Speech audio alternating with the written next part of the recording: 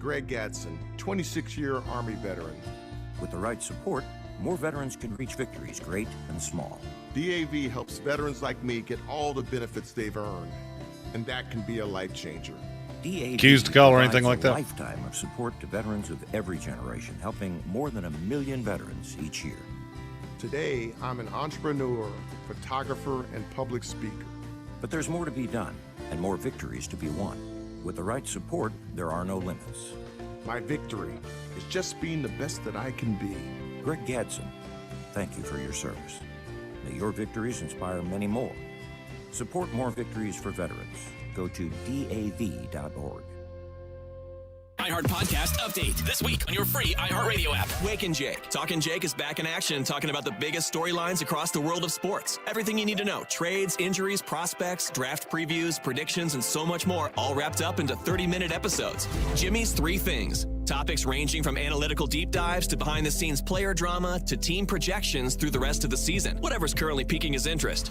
Listen to these shows and more on America's #1 podcast network, iHeart. Open your free iHeart app and search now to start listening. From the Ingalls Studios, this is ESPN Asheville, WPEK, W225CJ Fairview, WMXF Waynesville, and iHeart radio station.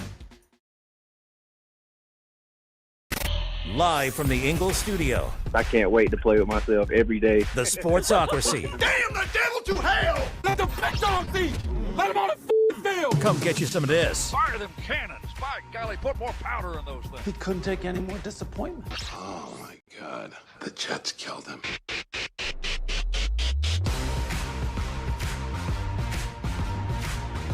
It is ESPN Asheville, 92.9 FM, 880 AM, and 1400. The Sportsocracy is heard everywhere on the iHeart Radio app, seen everywhere on YouTube. Go to thesportsocracy.com, click on that live video link, subscribe to the channel, and that way you get to join us in the chat each and every day. It is that time again. Football season is almost here. The preseason is almost over. I've seen more of it than probably any person in America. You've been to 2 preseason games now live. Three. I was at the Hall of Fame game with you. I was at Titans 49ers, and then I was at Jet Panthers. And I will say this, the Open, it hit different with, oh my God, the Jets killed him. After I just watched a preseason game where no starters played for the New York Jets. And I was treated to Andrew Peasley and Adrian Martinez. Yeah. That sounds like a whole lot of fun. The Carolina Panthers and New York Jets played a 60-minute football game where the average completion went 4.5 yards. That's hard to do. Begs the question. Why do we still do this? I have no clue. Why do we not? I understand why we go through the mechanisms. I understand that they make revenue off of these games, all of those things. My question is, why do we keep doing this to ourselves? Like, you as a Jets fan, why even bother watching that preseason game? Can I be honest with you of why I did that? Because there's a reason. Being a Jet fan, there is a tradition of the younger generation of Jet fan has to be inundated by the older generation of Jet fan of, we are awful and we suck something terrible. And my tradition of that is Mullet Sr. telling me that from inside Bank of America Stadium, because I have now heard that 4 times. I have seen no starters in any of those games. It meant nothing. But it is a great excuse. I mean, look, we had a great time. Charlotte's one of those cities that I can have a really good time meeting eclectic people. I have a really good rant for the end of this show. We'll bring back I'm mad, and I am mad, but I'm not mad about what you would ever possibly think I'm mad about. I've been gone for 10 days. I just got back yesterday. I've had a lot of time to think. I saw the greatest band of all time put on the greatest concert I've ever seen, and it's not close. Oh, gosh. You shake your head at me all you want to, okay? Oh, Lord. The number one disappointment that I have of this entire week is that I went full Pied Piper in Nashville with Creed fans. We were walking down a street in Nashville, 16 people deep, looking for a karaoke bar to take over, singing nothing but Creed bangers, and we could not find a karaoke bar open in Nashville. Did they take you higher? Yes, they did take me higher. And then it's because all of the karaoke places closed knowing that's exactly what was going to happen. There is no way that we are going to have 800 drunk Scott Stapp wannabes in this club. We've got to deal with Morgan Wallen every now and then. We're not doing this. We're not bringing on the fire that could come from a Creed fan group. They'll destroy everything in this bar. It was the single greatest concert in the history of concerts. Austin Groves asked how amazing was Creed. More amazing. Amazing's not even a good enough word. We should now replace the word amazing with Creed and use that as the adjective to describe amazing things. Okay. Hardy came out, didn't expect that. They gave away a guitar to a little kid, which was awesome. I was close enough that I did yell, "Just play it! It's still plugged in." He did not. He heard me, but he did not understand what I was saying. So Creed was the greatest concert ever. Let's see, they played for 2 hours and 17 minutes and never stopped. Mm-hmm. I mean, minus we had to play the "Good night, everybody. Do you want to hear more Creed?" We did have to do that twice. Which you had 2 encores. Oh yeah, okay. And you can only assume $17 beer deep Jeremy is just in the front row. Oh, he's ready to party. He likes his Jesus to party, and he is just wow. We left to take off his undies and throw them at Scott Stapp. Were you there? Because you seem to know exactly what happened. I mean, I could imagine how this would be because. I mean, I've been there before, right? You love this band. You go see the band. The concert is everything you wanted it to be and more. And it's a euphoric experience. I'm glad that you got to share in that. It was with all the Creed fans. It was absolutely unbelievable. Now, I am going to tell you a little aside, and then we're going to talk about fantasy football. I'm going to tell you things that I learned from Titans camp, Panthers camp, Jets, all the good things. Yep. And I will go ahead and tell you, 49er fans, you know what I learned? Your backups are horror awful. I'll throw you a little teaser. So we do the Creed concert. This was on, I think it was Tuesday. I've kind of lost track of days. I'm not going to lie to you. I haven't slept a lot, as you would expect, Jeremy on vacation. So we go to Creed. First thing in the door, Amy wanted a cocktail. I'm going to ask you a question, and I want to see how close you come to this. Okay. Amy got a large frozen margarita with an extra shot of tequila in it. Mm-hmm. I got a big, tall boy beer. She got a bag of popcorn. How much did that cost? $48. You're too low. And you're not even close. Really? $76. Are you? No way. Before tip. Way. Before tip. How much was the drink? I think her drink was like $45 or something. Oh, God. And I wound up finishing it, but, as you do. Wow.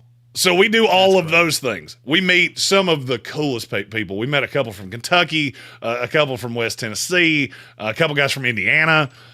And so we just go into Nashville, set out to have the best night ever. And we did.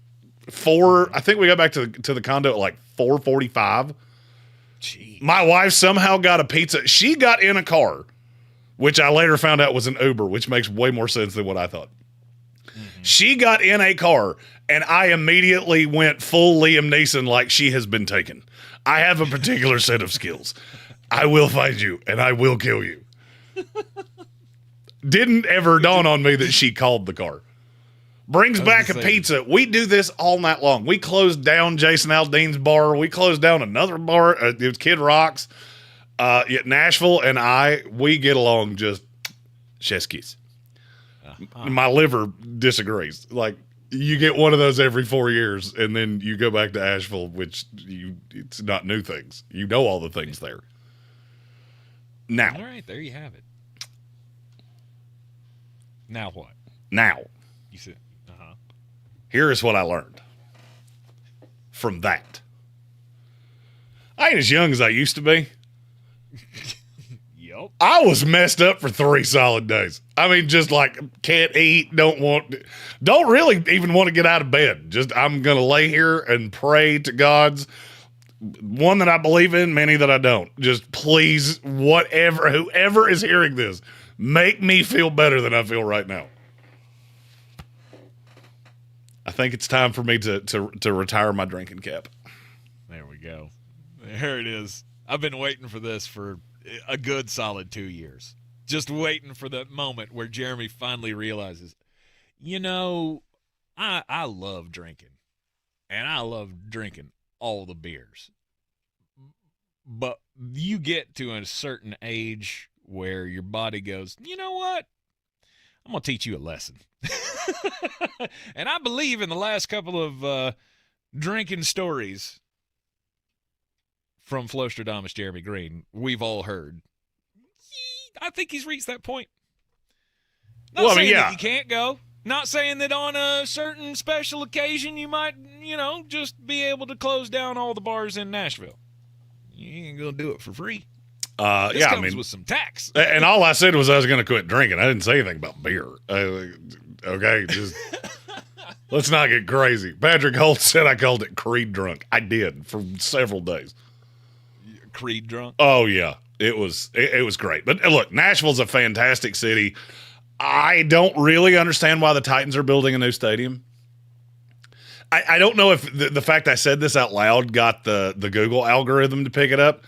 The Titans Stadium is fine.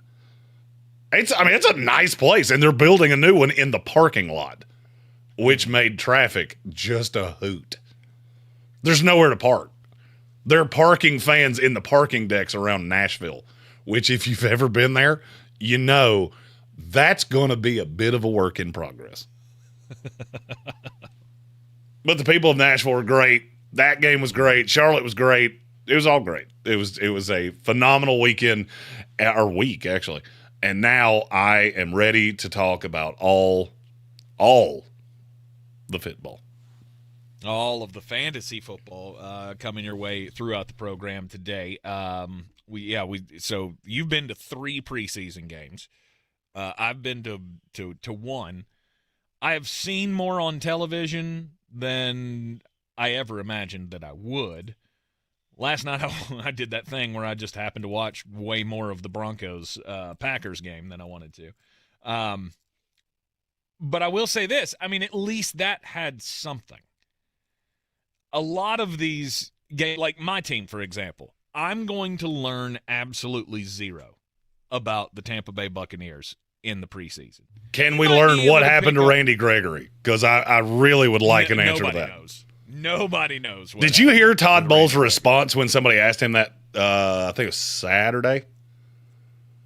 He said, I'll never know, and I don't really care. I'm worried about the guys that are here. Next. Yeah. Can't miss something that you never had. Who knows why? Who knows why Randy Gregory hadn't shown up? Who cares?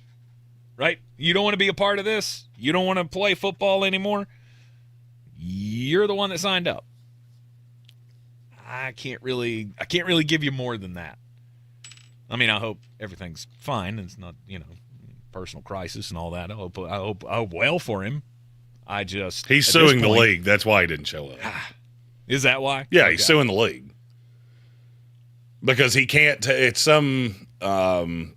He has to take some drug for a personality disorder that they won't let him take because it's on the ban list. So he's suing the league. Okay.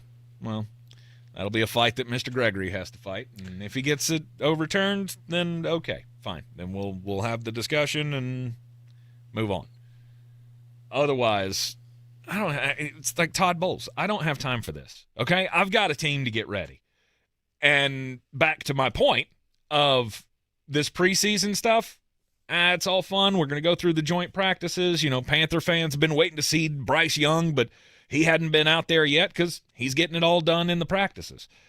Dave Canales is not going to throw him out there on one of these, televised games and throw him out there behind a Swiss cheese offensive line just to what? To hurt him? Or to get him hurt? Or to cause the fans more anguish? Is he doing more good than bad by holding him out? It remains to be seen. But especially with the Jets and the Panthers, those are two teams that you couldn't have paid me to be there unless I was a fan. I don't begrudge you for going, Jeremy. I don't begrudge any Panther fan that wanted to go see it. I'm just thinking that's one of those preseason games that has absolutely zero. You're going to learn absolutely nothing. 38 guys from the Carolina Panthers did not play in that game. What does that say about the product? It doesn't matter. I can't say that I didn't glean anything. I did. We're going to talk about the Panthers in the next segment. Right. I did glean certain things, but nothing on a grander scale. For me, it's more operations and things like that. Here's what I have gleaned from a fun 2-week, 3 preseason game, 3 camp tour. That schedule's changing in the next 4 months. We're going to 2 preseason games, and I feel very sure you're going to know that before the Super Bowl. Because I think it's happening next year. Oh, but the CBA, I don't care. I do not care.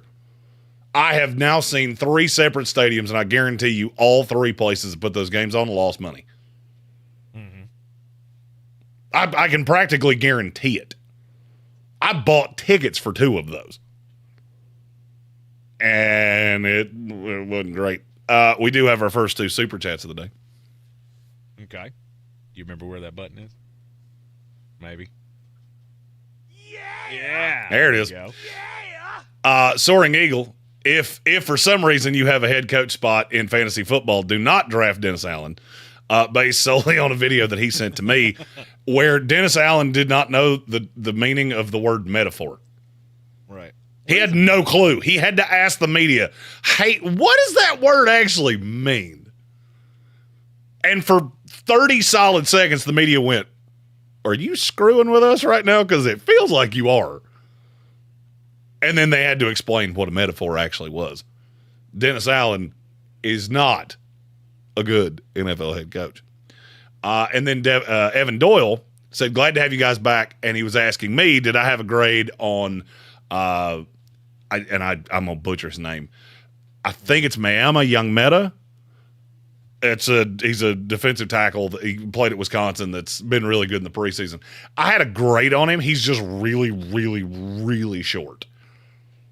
I want to say he's like 5'10", which is insane, but he has been really good. And that leads me into what I want to talk about next. There are some times that you see a guy in the preseason and you go, that dude is going to be a dude. That dude is going to be able to play a role when we cut the rosters down to 53. And there are times that you have to look at that and go, is he though? Is he though? Because there's nothing worse than preseason fool's gold. And I'm seeing a good bit of it, and I'm going to use our hometown team to explain it. All right, you're in the Sportsocracy, and this is ESPN Asheville, 92.9 FM, 880 AM, 1400. And now, another insurance story from Smart Bunny. Smart Bunny. Wow, I wonder how much all this costs. Shh. Well, it can't be cheap. Do we even have enough for our own you-know-what? Honey, shh. I heard he bought final expense insurance through the Smart Bunny app. The Smart Bunny app? Like on your phone? I know what an app is. For the love of all things decent, be quiet. Get up to $25,000 of lifelong coverage for funeral expenses, debts, and other needs for as little as $14 a month. And no medical exam is required. So hop on the Smart Bunny app now and grab some final expense insurance. Honey, are you buying the insurance, like, right now? Time is precious. So true. Smart Bunny Insurance. Smart Bunny. Smart Bunny. your insurance super app.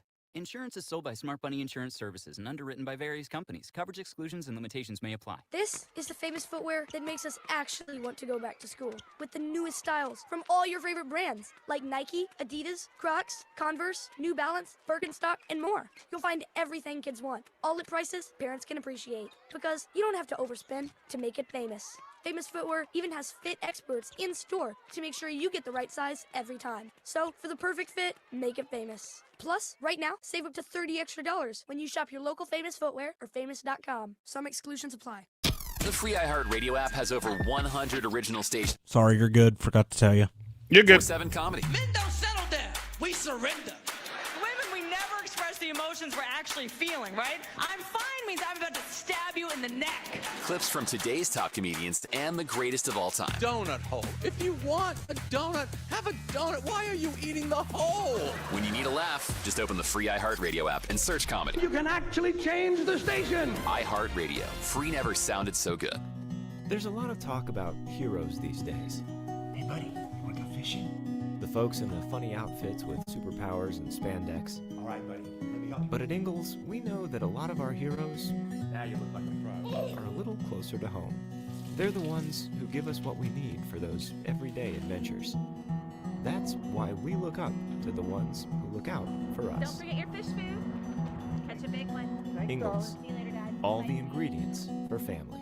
Showtime Sports and Mountain Graphics have teamed up under new ownership by an Asheville native to better serve our community with the finest custom apparel and unique branded items at the best price. Showtime Sports and Mountain Graphics can customize whatever you, your team, business, or local group may need through high-quality screen printing, embroidery, and laser engraving right here in Asheville. Free personal delivery within Buncombe County and a reduced delivery fee anywhere in Western North Carolina. Visit ShowtimeSportsAVL.com and MountainGraphicsAVL.com. Your one-stop custom apparel shops. If you're looking to buy, sell, or invest in real estate in the mountains, you need to call the agents at Clarissa Sells WNC, brokered by eXp Realty. Check us out online at ClarissaSellsWNC.com. Download our free app on Google Play or the App Store. Type in Asheville Home Search. You'll be able to connect with our team and see all the available homes for sale in our area. For more information, contact us today at 828-774-6343 or ClarissaSellsWNC@gmail.com. The Sportsocracy. These guys are a fucking disgrace.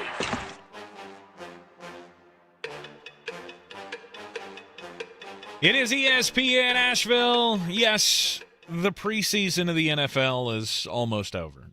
So we're down to just 3 games now in preseason play. Pretty soon, though, we'll be down to less. Jeremy, you said you think this is going to happen within the year. I do. I just can't figure out. The NFL has made it really clear, and if you're paying attention, they're pushing the schedule out. They're trying to take more of the calendar.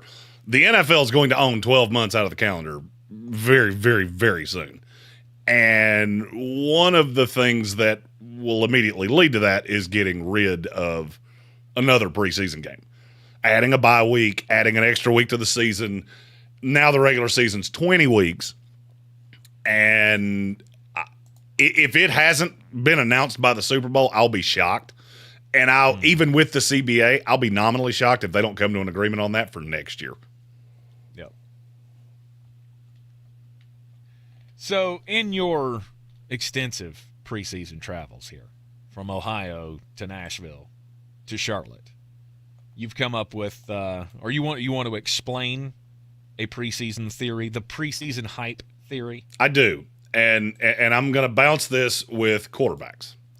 And the 3 that I'm specifically going to name are Bryce Young, Bo Nix, and Caleb Williams. I need to preface this with there are reasons to be excited about all of them. Okay? There are reasons to be encouraged by all of them. I'm going to start with Carolina. I was in the stadium, and Carolina did that thing that teams do. When your quarterback's not playing, you have guys in the room, and you're trying to get the fans excited, you throw him up on the video board. And I swear to you, I've heard bigger ovations at funerals. It was almost like I almost started to feel bad for the kid. because you're taking what happened last year in a god-awful situation and you're holding it against him. I don't necessarily agree that Carolina has not been playing the starters. I think those guys need reps together. You need to put that out there for the fans to see because they've turned on this guy in a way that can be very – it's not conducive to his growth at all. This is a guy that didn't even throw on pads. And I guarantee you he walked away from that just going, man, there's not a lot of love for me here. There's just not. I mean, and yes, you got way more Jet fans in the building than you usually would have in a home date. But it was hard to watch. Now, I'm going to go Caleb Williams first. I have heard media compare him to Pat Mahomes. I've heard them say that his performance in that preseason game against the Bengals, where he went 6 of 13, was so encouraging. Oh, look how good the Bears are going to be. He was awful. Just, you call this whatever you want to. He was terrible until the second quarter when he was going up against backups. The number one thing that I watch fans do that is so unbelievably painful for me to watch is you don't seem to comprehend the difference between an NFL 1 and an NFL 2. I've seen it with 6 teams. The difference between a 2, a 3, and a 4, it's there, and you can see it. It's not a chasm. The difference between an NFL starter and an NFL backup is night and day. And when you get 1s to 2s, it looks like a bad college game quick. I mean quick. Because you're not getting the reps. You're not getting the opportunity to play with – you haven't really gelled yet. And you've got guys that are playing with the 2s that aren't even going to be on the team. And so you're doing this intermixing thing in the preseason that really can lead to some fool's gold. And here's why I say this. Caleb Williams starts game 3, by the way. Bears have been in camp longer than anybody else, which is something that would scare the bejeebers out of me if I was a Bears fan. First 4 drives.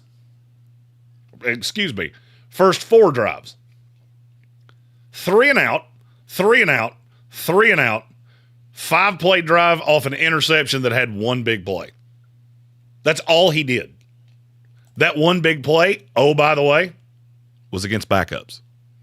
The big play was on a deep pass to one of the fastest guys in the league against a backup corner who's about 5'7". That's what you're losing your mind about. The expectations on Caleb Williams have gotten so stupid, and I knew they were going to. I 100% knew this was going to happen. And you're setting him up for failure.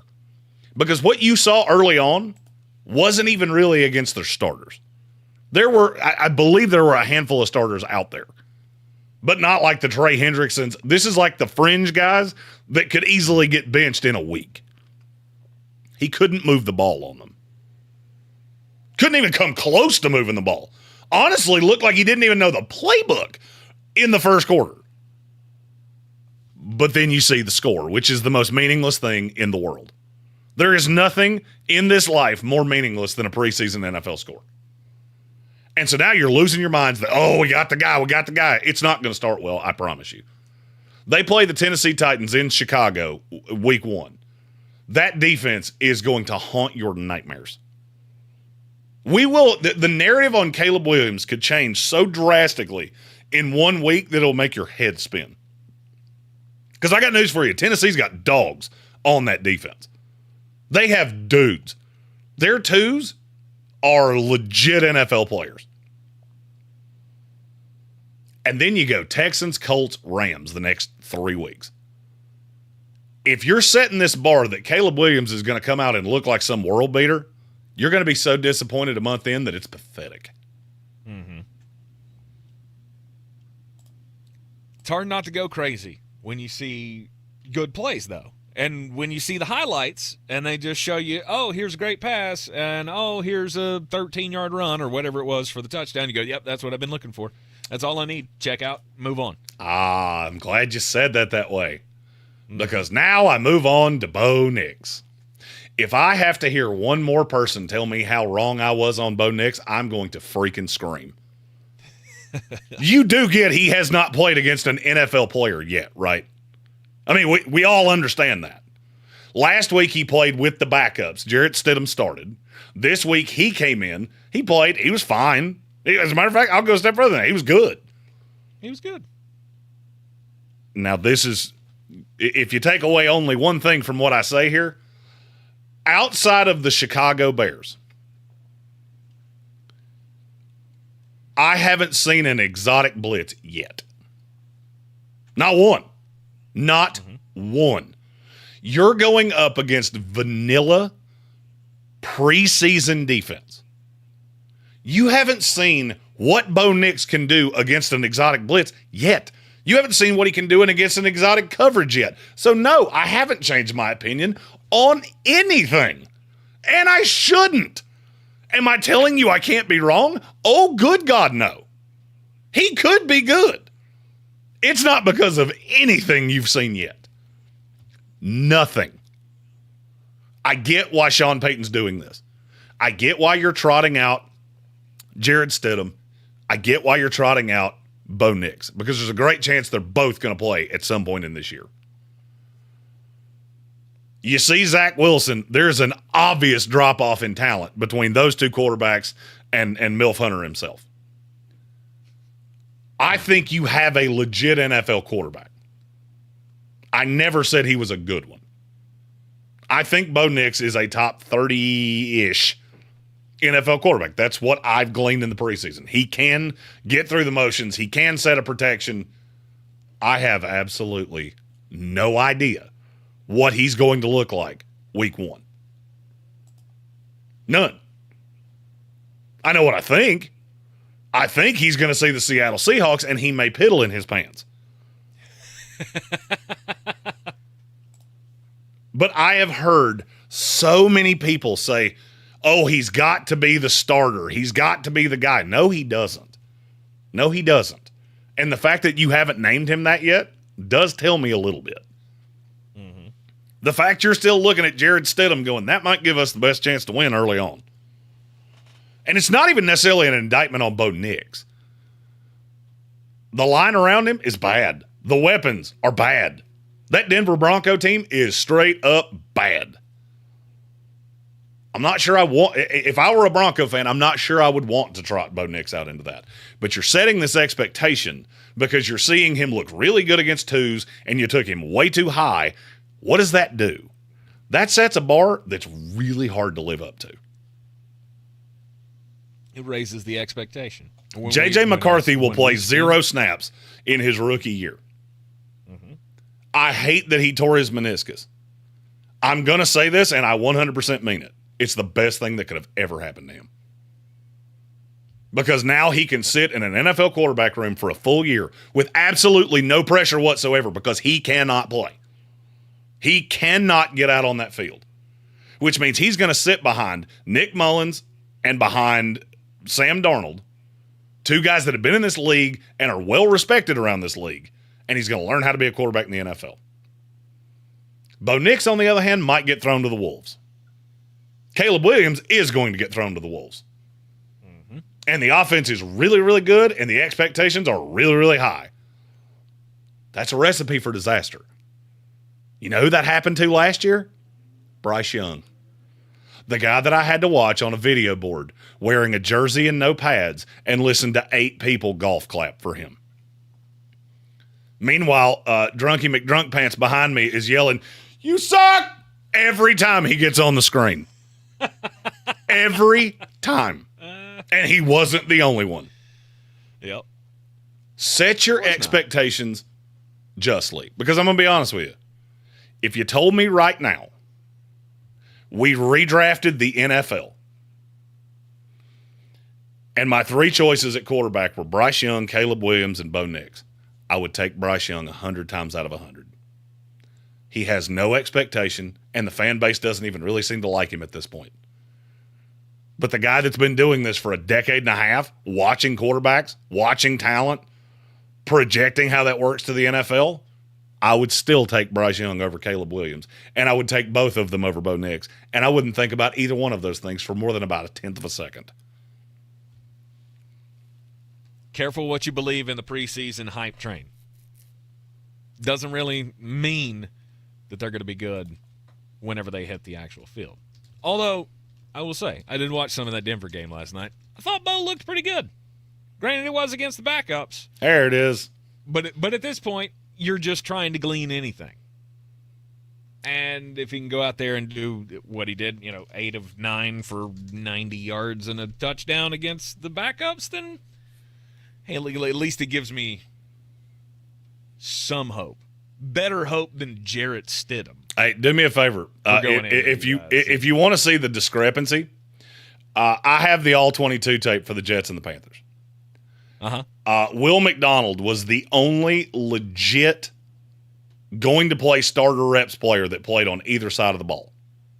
I'm going to send you his singled-out snaps and what he did to a backup offensive lineman, and I want you to play it until you get where I'm headed. That's how discrepant the difference is between a fringe one and a no doubt two. Yep. And that's what Bo Nix just went 8 of 9 against.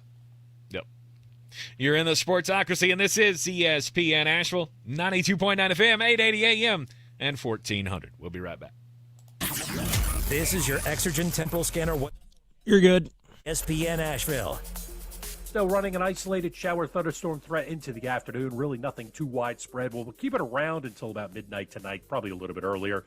If you are traveling east, you are going to run into a shower thunderstorm later. But other than that, it's 80 degrees and a mix of clouds and sunshine this afternoon. And watch out for an isolated shower storm. Then tonight, the breath of the cooler air spills in. A few clouds, upper 50s. Tuesday, some fog early, then sun 75. How about Tuesday night and Wednesday morning? Upper 40s to near 50 degrees. Sunshine on Wednesday afternoon, upper 70s. From the Weather Channel, I'm Ray Stajic.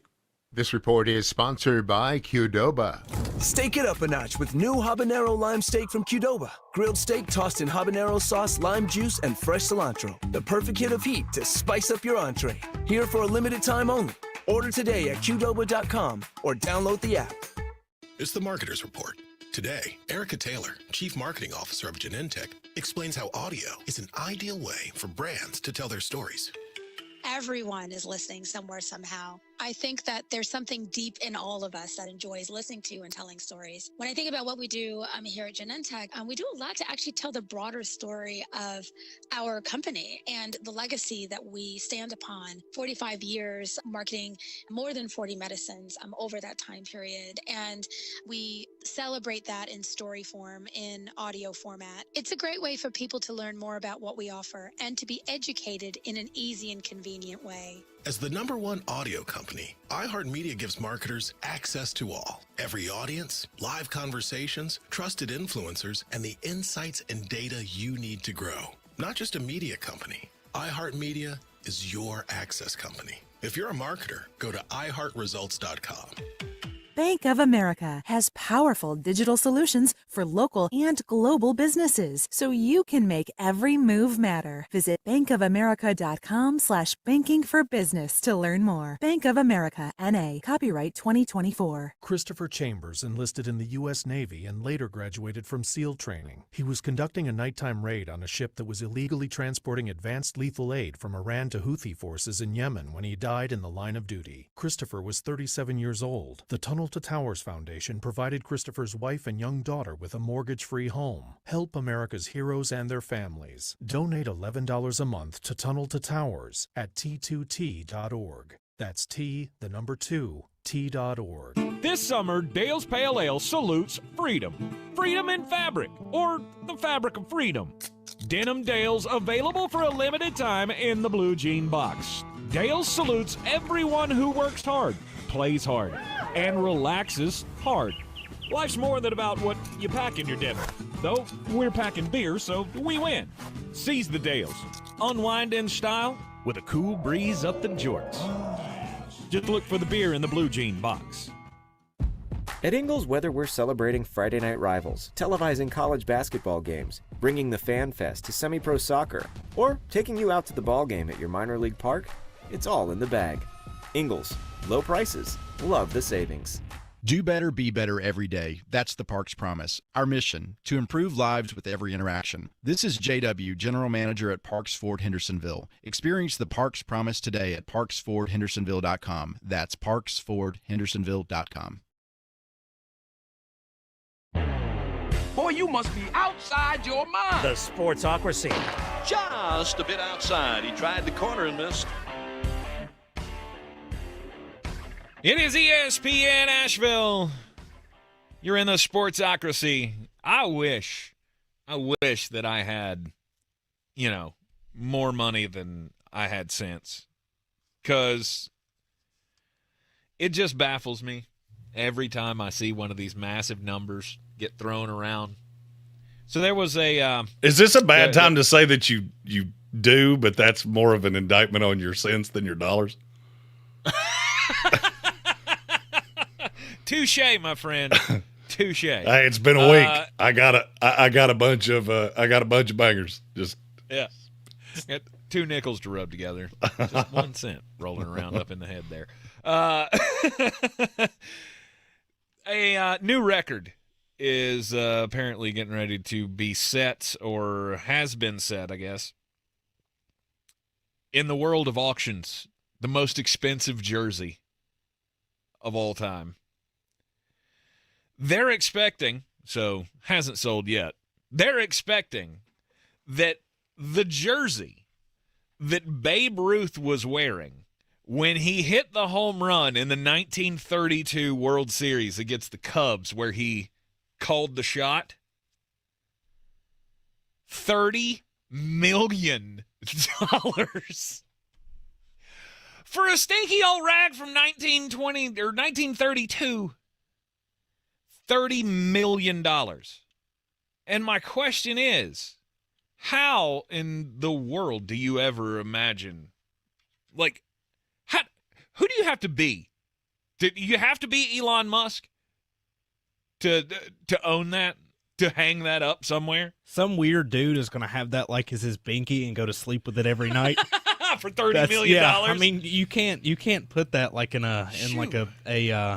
can't put that in a frame for $30 million, I don't think. Yeah, I don't know. I could find a piece of wool and wrap it around a homeless person and it'd probably feel just the same after about a month of him wearing it on the street. I don't think I at Sports Tank ESPN. I don't think I need to spend $30 million on a rag. I blame inflation. Does it come included with the jockstrap? Oh, good Lord. Patrick Holt, I believe, has the winner comment of the day. Glad they got the strawberry stains out of it when George Costanza was wearing it. That is fantastic.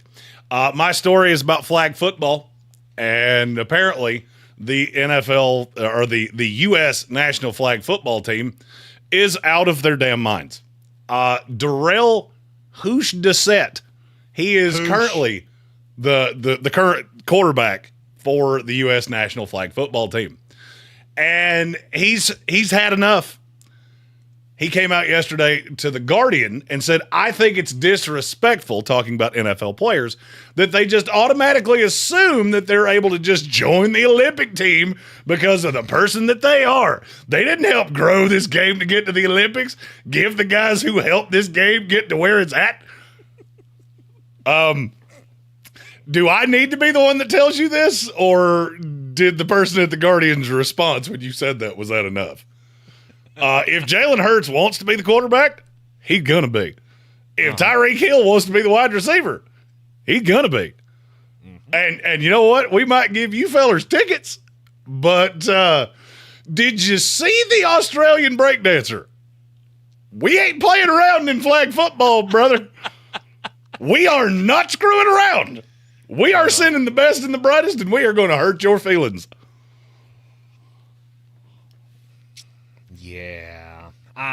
That story sucked me into way too many Facebook conversations, not participating because I don't care that much, but reading the Facebook conversations of people who actually feel like Hoosh has a point here.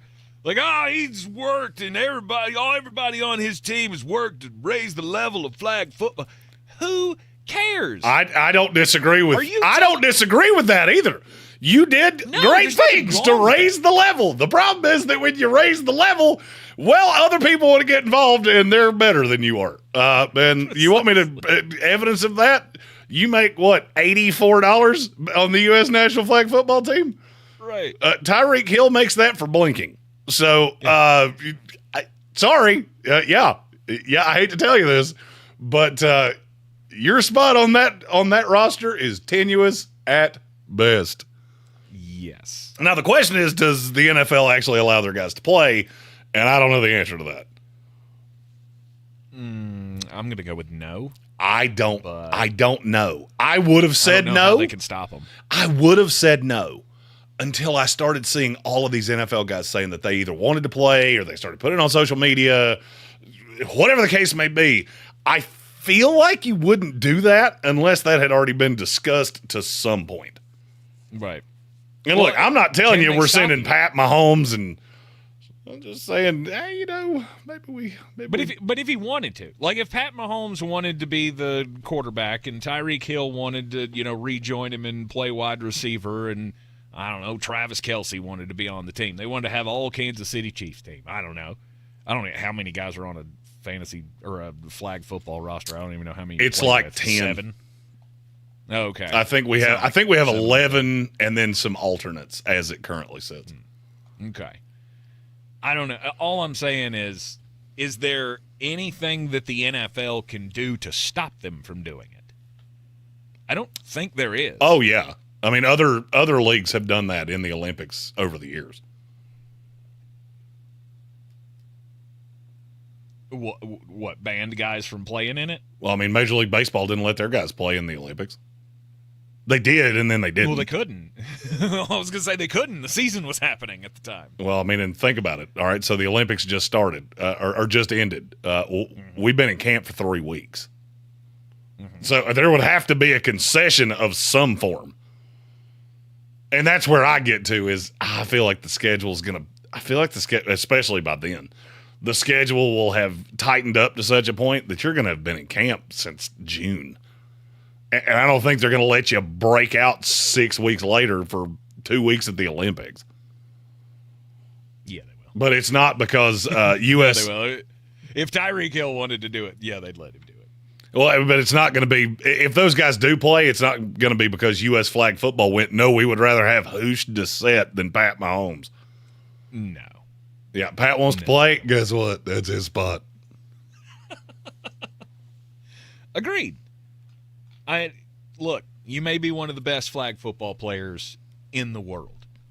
You know, there are probably guys that are really good at basketball that can't make it in the NBA.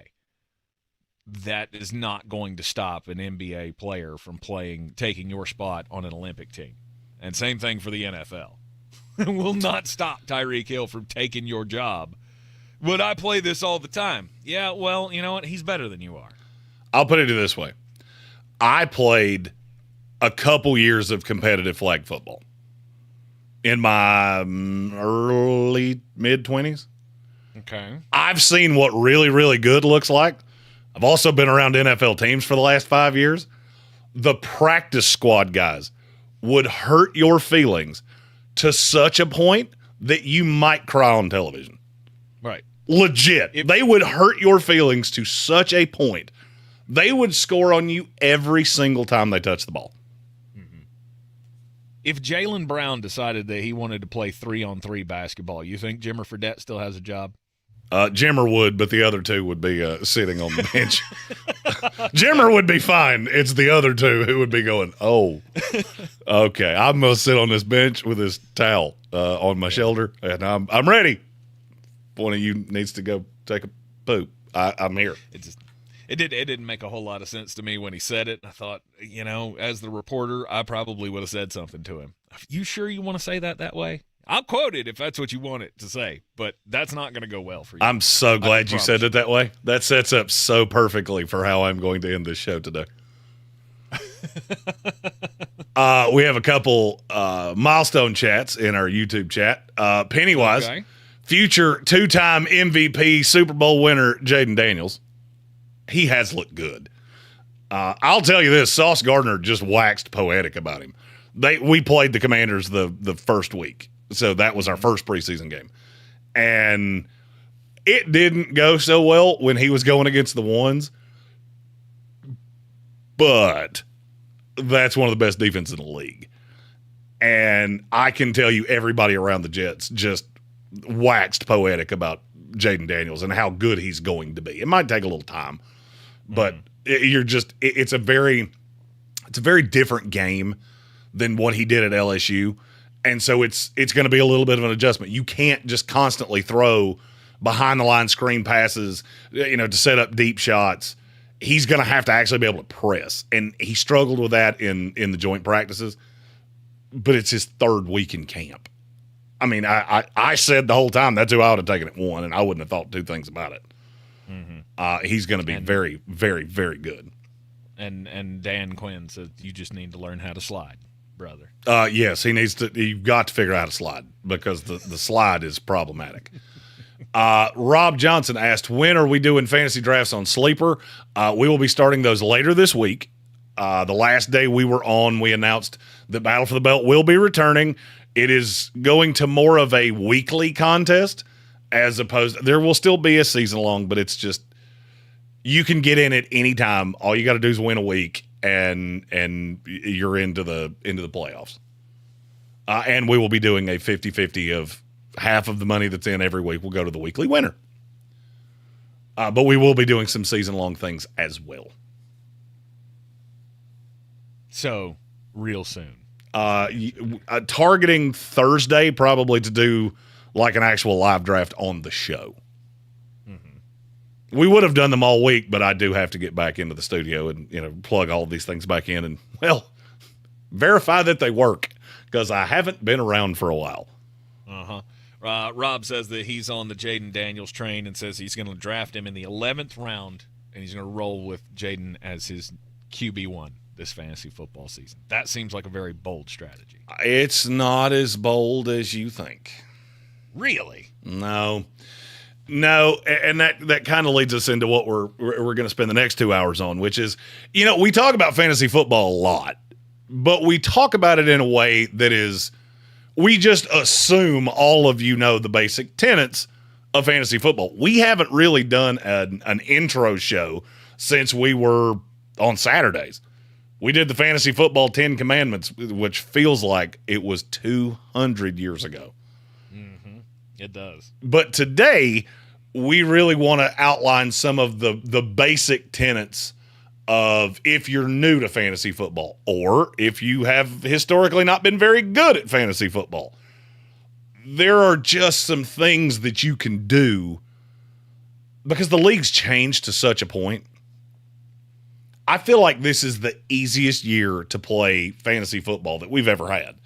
Are there landmines? Absolutely. And you have no clue where they are because you can't forecast injuries.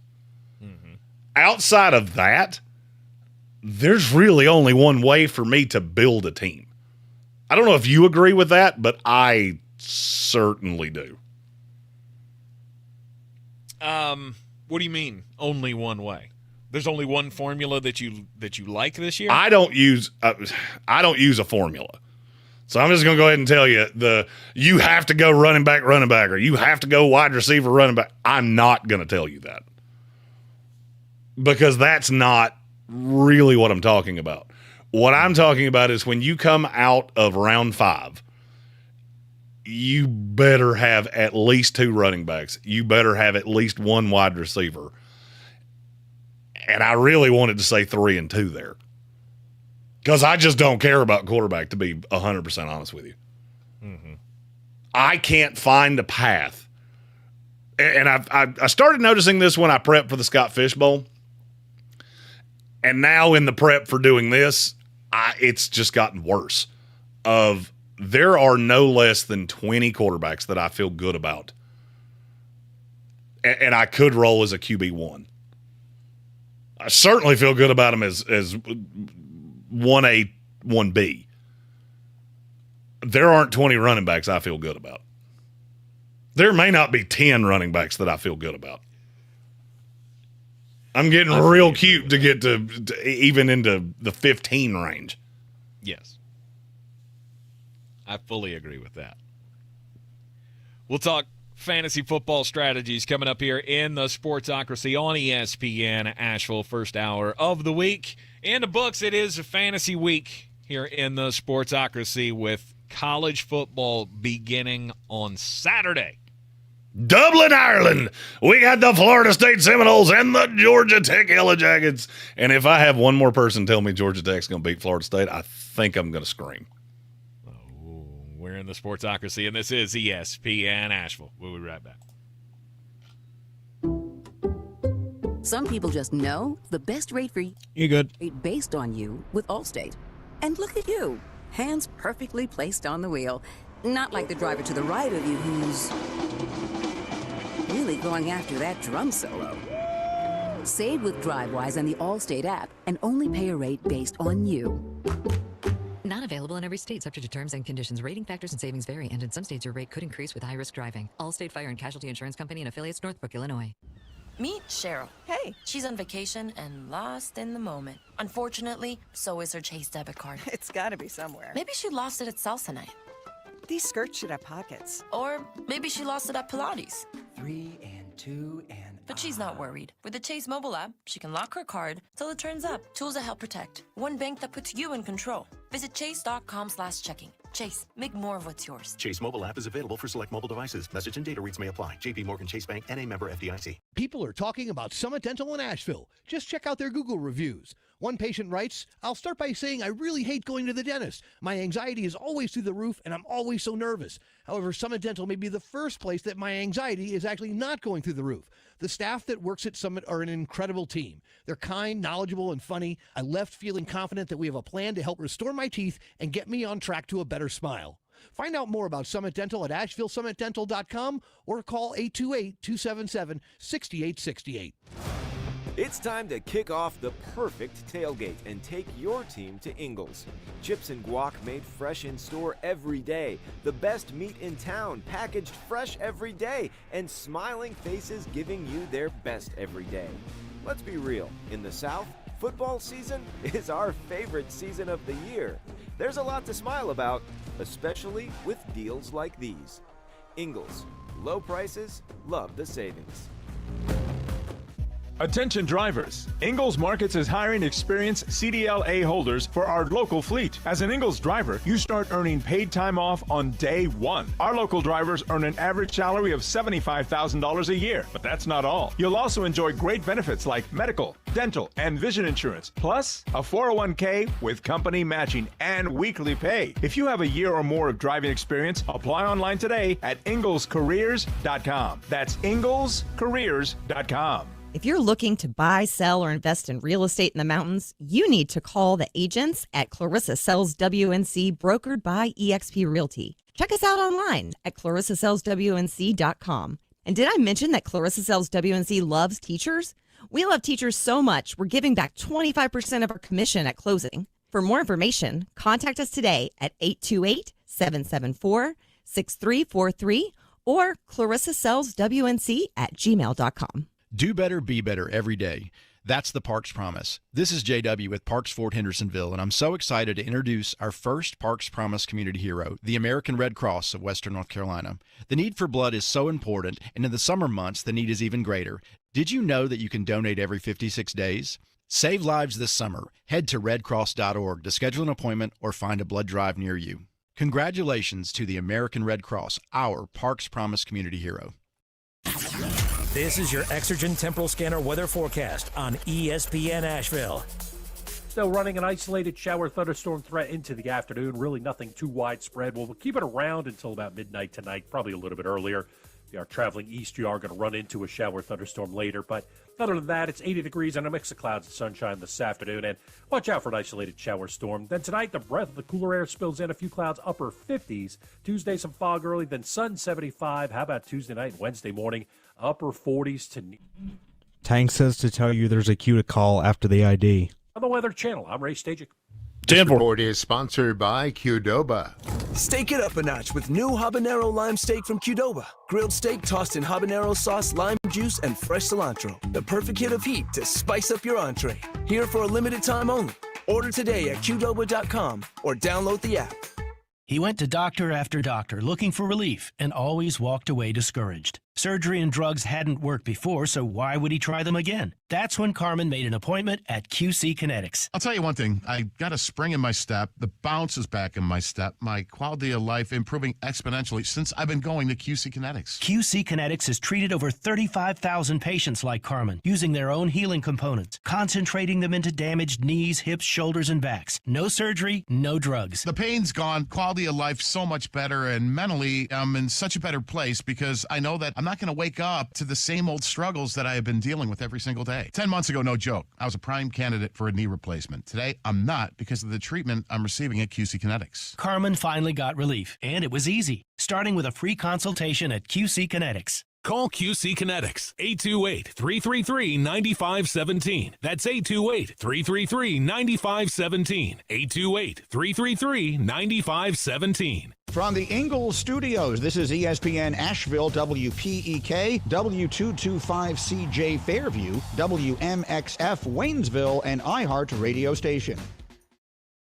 Now your chance at $1,000 and a trip to our iHeartRadio Music Festival. Text the nationwide keyword FESTIVAL to 200-200. You'll get a confirmation text and info. Standard data and message rates apply in this nationwide contest. That's FESTIVAL to 200-200. The Sportsocracy. It fires me up, man. I love it. Say it one more time. The Sportsocracy. Shake it back! Beer City's best sports talk. It is gross. Just earlier. They are mature, actually. You just have to get to know them better. Your lunchtime dose of dumbassery. Live from the Ingalls studio.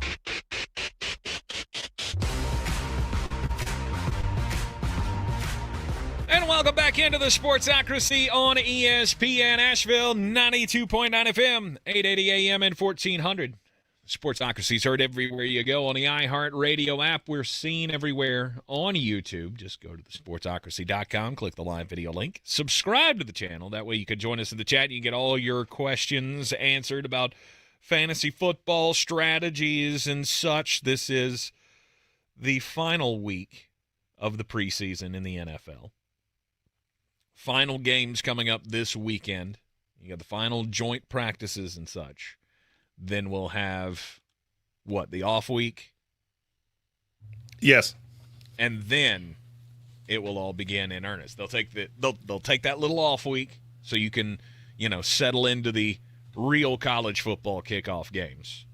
Nothing, and not to really throw much shade at Florida State, but I mean that is literally the only game that you should put 2 seconds of your eyeballs on this weekend. Well, yeah, I mean the competition's not real thick. No, because you got Florida State, Georgia Tech in Dublin. Yep. Montana State, New Mexico. You said the only one you should put your eyeballs on. SMU, Nevada is not that bad. I mean, Nevada's bad, but SMU's fun to watch. Okay. And then Delaware State, Hawaii. Uh-huh. Then we really start the following Thursday, which is when the Living the Dream Tour kicks back out, because I will be in Jacksonville, Alabama for Coastal Carolina, Jacksonville State, ahead of us at Clemson, Georgia in Atlanta. Coastal Carolina, Jacksonville State. It's right beside Atlanta. That feels like the college football 25 special. Who are you starting your dynasty with? I just wish it was on the teal turf because the teal is glorious. I mean, for me, it's right beside Atlanta, which is why I'm going. So where we're staying in Atlanta is, I think, 55 minutes to Jacksonville. So it gives me a reason to go down tonight early, get really comfortable, get everything set up, and then Tank can join me for later festivities. Indeed. So next Thursday, we'll also have, that'll be our first broadcast on ESPN Asheville of Tar Heel football. They'll kick off the season against Minnesota. And NC State on WWNC will take on the Western Carolina Catamounts. NC State's at home. North Carolina is on the road against Minnesota. Yes. North Carolina up in Minneapolis. But don't have to go that far, or don't have to go as far as the Florida State Seminoles and the Georgia Tech Yellow Jackets, who will be playing in Dublin at noon on this Saturday on ESPN. In the, excuse me, what is this? The Aer Lingus College Football Classic? I don't know who Aer Lingus is. Aer Lingus is the official Irish airline, by the way. Oh, is it? Yep. Okay. Aer Lingus, yep. Okay. I didn't know that. I had a joke that I knew definitively I couldn't say on this show. So I was hoping you were going to move on before I had the opportunity to get us all fired. Well, I'm glad that Colby set us straight on that is an airline, Aer Lingus. What's the Mile High Club look like in that? Never mind. It is the Sportsocracy. This is ESPN Asheville. Fantasy football season has arrived. And, I mean, the strategy changes year to year. But what makes this year so special to you, Jeremy? Well, the difference this year is I feel good about 20 quarterbacks. I don't feel great about 20 quarterbacks, but I feel good about 20 quarterbacks. I don't really have a great consensus on who number one's going to be. Lamar Jackson plays the most favorable schedule of all the high-end guys. Jordan Love's is pretty favorable. Trevor Lawrence's is probably the best in the league. And, I mean, Lawrence and Herbert are going 16 and 17 right now. Yeah, I'm fine with that. You sign me up for that right now. I can just pick matchups with those two, and I don't have to take a quarterback until almost the double-digit rounds. Yeah, I'm good. That's fine. Mm-hmm. You can have Brock Purdy, you can have Dak Prescott, you can have Joe Burrow, you can do all those things. I will either take Lamar Jackson if he falls, or I will wait so uncomfortably long that people are taking backups before I'm taking starters. I have noticed that you can wait a long, long time and end up, be the last to take a starting quarterback, and you're still in the Tua range, right? Tua, as you said, Trevor, Justin Herbert, Jared Goff, Matt Stafford.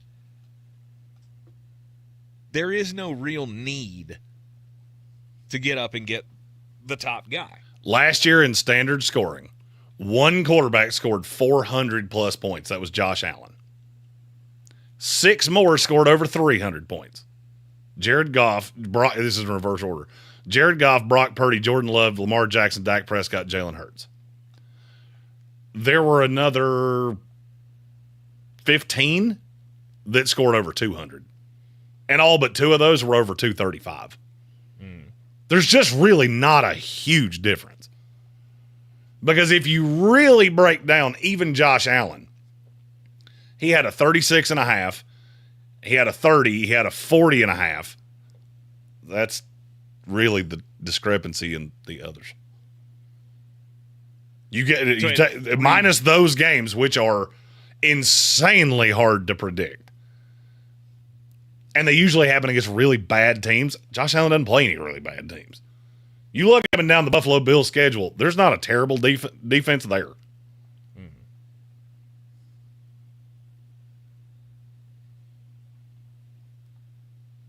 So Josh Allen, he was the one last year. He was the one last year. He's my 5 this year.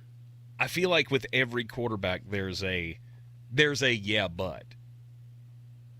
And a big one, as if I'm going to spend higher draft capital, because unless you're in a super flex league, which is, for those of you new to the fantasy football world, super flex means that you have your quarterback specific to your team, and then there's a flex that also you can play a quarterback in.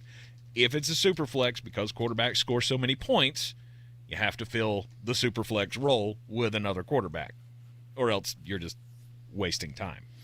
Well, and Ron Rodgers has a really good point that Josh Allen's been incredibly steady. He has been. He will continue to be. If Josh Allen plays 17 games, I don't see a path that he doesn't finish in the top 5. Do you? No, I do not. Now, here's where my problem comes in with that. It's where you have to take him to get that. So right now, I'm looking at ADP on Fantasy Pros. And the reason that I use Fantasy Pros is it's a composite of basically any site you could ever possibly want to use. Josh Allen's going at 22 right now. That's too high for me. Especially when you scroll down and realize you can get Jordan Love at 75. I don't really – I mean, I see a difference between the two. It's not a huge difference. And the difference looks different when you look at what else you could have in tandem with that. Mm-hmm. If I'm taking Josh Allen at 22 overall, then what do I get to pair with him? Well, basically, Right. the only way that works is that you're going to have a really high-end pick. So you'll have 1, 2, or 3. So you're either going to have the best running back or the best receiver on the board. So let's just say you're at 1, and you can get him at 24. So you would go Christian McCaffrey, Josh Allen, and then probably Deebo Samuel? Then you don't pick again until 48. And now you're looking at Joe Mixon, George Pickens. It gets really, really bleak, especially at running back, really, really quickly. Conversely, if you follow more of a strategy that Tank and I would abide by, you would go McCaffrey 1. I will say maybe Devon Achane and Deebo Samuel. And now you're pretty set at running back. You have 2 real bell cow running backs. And you just wait. Would Devon Achane, is he bell cow with Raheem Mostert there? Well, Devon Achane's one of those that falls into he doesn't need bell cow carries to give you bell cow production. Well, with all the 40-plus yard runs that he... Yeah, I mean, he's so... he's a home run hitter. He so consistently hits home runs that, yeah, I mean, he's not putting up 300 touches, but I'll be honest with you, I don't know how many guys are actually going to do that. I mean, how many running backs do you actually consider a bell cow? I'll go ahead and tell you, I'm going to disagree with you on 2 of the names you're about to say. I mean, Christian. That's the most obvious one. I would say Saquon, Jonathan Taylor. They both have backups that are going to pilfer way more carries than you want them to. I will agree on those 2, but I have to give you the caveat of you're going to see more of a backup than you want. Mm-hmm. Kyron Williams. Kyron, I agree with. And then after that, I mean, maybe Bijan, but they also have depth behind him. They have depth, but Bijan for me is right behind Christian McCaffrey. The one that I thought you were going to say is Breece Hall, and let me I'm going to tell you this as clearly as I can. Braylon Allen's going to get way more tote than you think. That's been steady throughout camp. He hasn't faded at all. No. In Saturday's preseason game, he was going to rest, but they put him in pads, and the offense was so damn bad that they put him in and went, see, look, we can do this anytime we want to. He falls forward for 5 yards. Mm-hmm. I absolutely love that kid. And I got to stand pretty close to him and went, good Lord, you are the biggest human being I think I've ever seen in my life. Right. top of the drafts this year, I think I've said this before. I'm going back to the old school strategy. I'm going back to 1990s fantasy football. Double running back, and then I'll figure it out from there. Because the discrepancy to me is so high between the top of the list and that next tier of dudes. I mean, Christian McCaffrey, Breece Hall, Bijan Robinson, Saquon Barkley, Jonathan Taylor, Jahmyr Gibbs, Kyron Williams. That top 7, I have zero problems with. If you don't have one of those 7, I feel like you did it wrong. Absolutely. And I mean, and look, in every league, there's going to be most leagues are 5 teams or 12 teams, excuse me. So most leagues, you're going to have 5 guys that don't have one of those. Mm-hmm. And now you're cycling through Derrick Henry, who I really like, but you do have to look at that. First of all, Baltimore's the most hurt team in the NFL. Why that is, I don't know. But that gives me a little bit of angina. He doesn't bother me as a 2. Scares me to death as a 1. Mm-hmm. Devon Achane, you mentioned the workload. I mean, yeah, he puts up starter stats, but he doesn't get the carries. So if he stops hitting home runs, you basically set a second-round pick on fire. Yep. I have Pacheco ahead of many, many other people. I cannot figure out what Travis Etienne has ever done to be as high as he is, but I don't either. I can't figure it out. I've seen him go in the first round of mock drafts and just gone, are you related to him? Because if you're not, that doesn't make even a little bit of sense. I don't know what you should expect from Travis Etienne. I mean, it's another year with the relationship with Trevor Lawrence. Maybe you're guessing PPR he's gonna continue to grow as a receiving back. I guess I can see you going down that path, but there's no chance that I would take I don't know if flyer is not the right word to use for Travis Etienne. I mean, he's one of the top, 10, 12 backs in the league, but I don't know that I'm spending that kind of capital on that kind of a question mark for me. Okay, so I have more all right. trust. Hold on, we got to go back a bit. Okay, because you just said Travis Etienne is no doubt one of the top 12 backs in the NFL. I would think so. Okay. So here's where I think this comes from. Last year, he finished 3rd in PPR among running backs. Okay. Do you know how many of the next 20 missed time? He didn't. Etienne played in every game.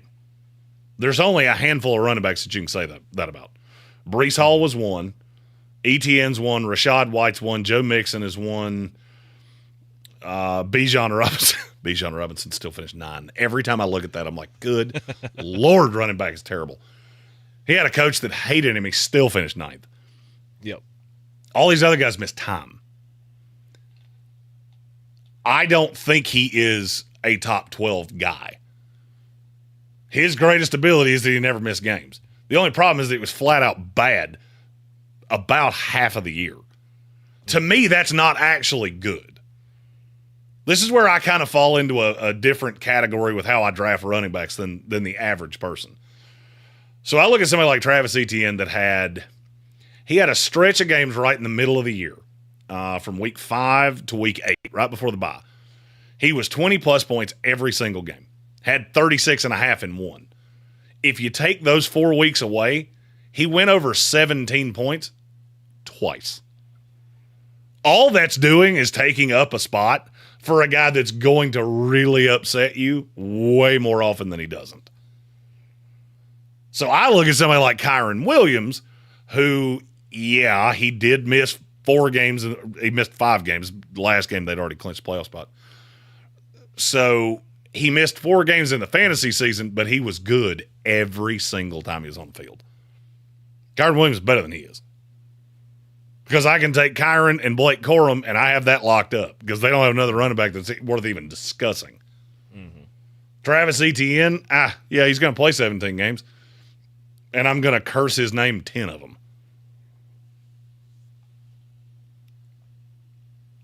You got to worry about that. You got to worry about whether or not you're getting consistent output from dudes. Or are you drafting the Travis Etiennes? Are you drafting that we've always used Tyler Lockett as a great example of this? Tyler Lockett's a great one. Joe Mixon's a great one.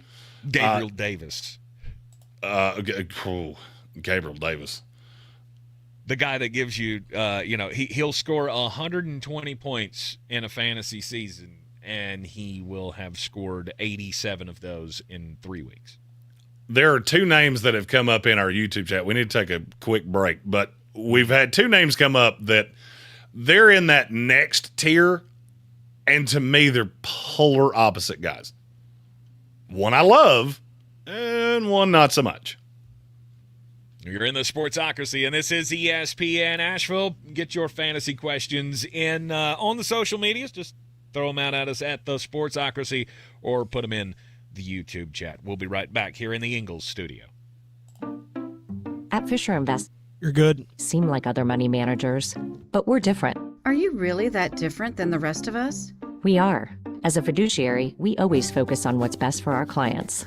What services do you offer besides investing? We have a team of specialists in financial planning, estate planning, and more.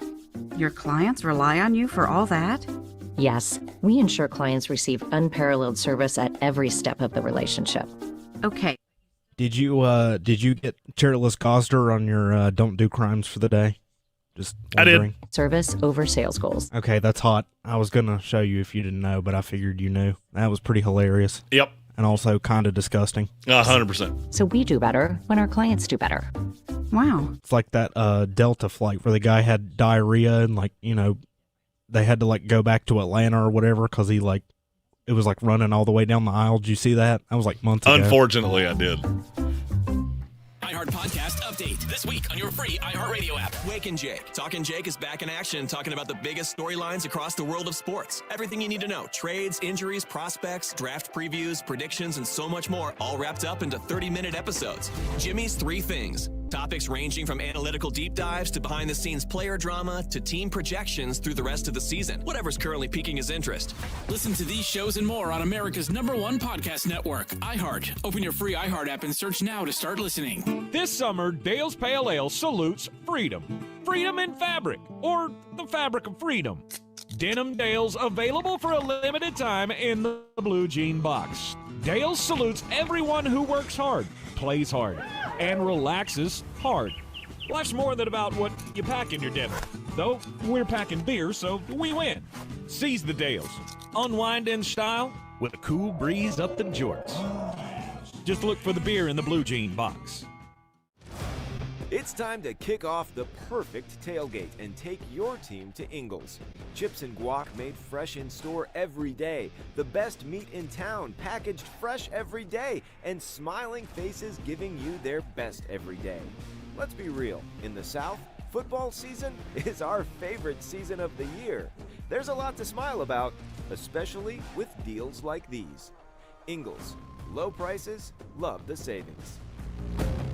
Showtime Sports and Mountain Graphics have teamed up under new ownership by an Asheville native to better serve our community with the finest custom apparel and unique branded items at the best price. Showtime Sports and Mountain Graphics can customize whatever you, your team, business, or local group may need through high-quality screen printing, embroidery, and laser engraving right here in Asheville. Free personal delivery within Buncombe County and a reduced delivery fee anywhere in Western North Carolina. Visit ShowtimeSportsAVL.com and MountainGraphicsAVL.com. Your one-stop custom apparel shops.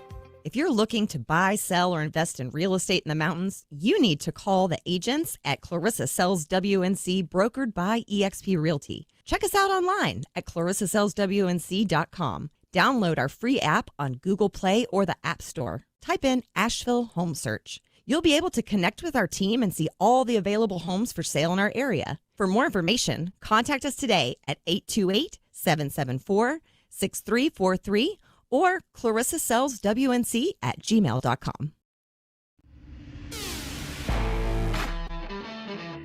The Sportsocracy. Why are you smiling? Because I love football.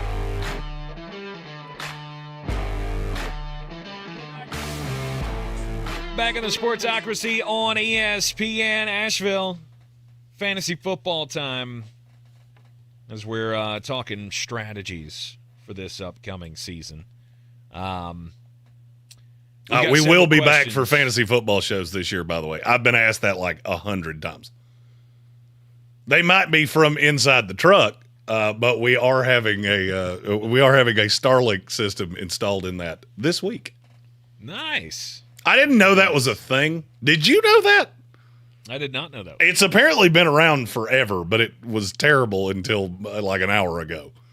Ah, okay. See, Elon Musk, he's just out here doing stuff. I don't know what he's doing, but apparently a production friend of mine and I were talking while we were in Nashville, and he was like, why do you not just put a Starlink satellite in there?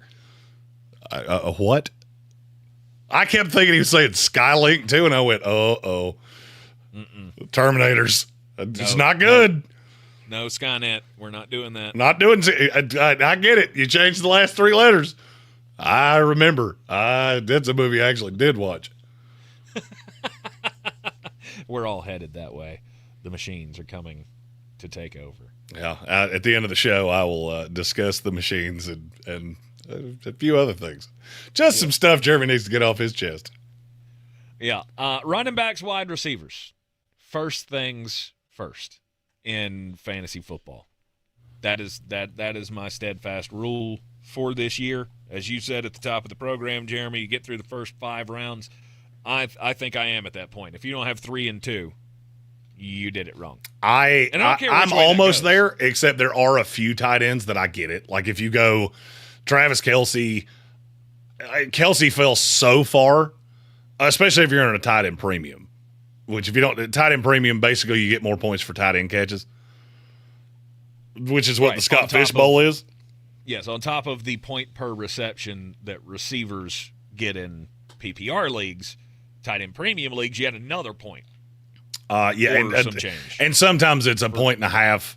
Scott Fish is a point and a half, point for receivers. Half a point for running backs. I'm in one league where it's like 0.3 points for a tight end. And they're like, you don't even do a bonus at that point. Oh, it's still a bonus. It's just very specific tight ends. Sway things very much. There are 2 guys that were mentioned in the YouTube chat that I really want to talk about. And I'm going to start with the one I don't like, Josh Jacobs. I love him as a player, and I always have. I have 2 huge problems with him. One is his fault. One is the fault of where he signed. Josh Jacobs has consistently been the guy that will be terrible. Just exactly like I said about Travis Etienne. He's terrible 2/3 of the season. And then he has these 4 gigantic games. And they usually don't make any sense as to who they're against. So they're super hard to forecast. A guy that beats awful defenses, okay, I can figure that out. Josh Jacobs has done this at times against some of the better run defenses in the league. Because he'll start catching dump-off passes, and the next thing you know, he's been the best running back of the week, and nobody played him. Now, I've had that way too many times with Josh Jacobs. Yeah, he makes my brain hurt a lot. And now he goes to Green Bay,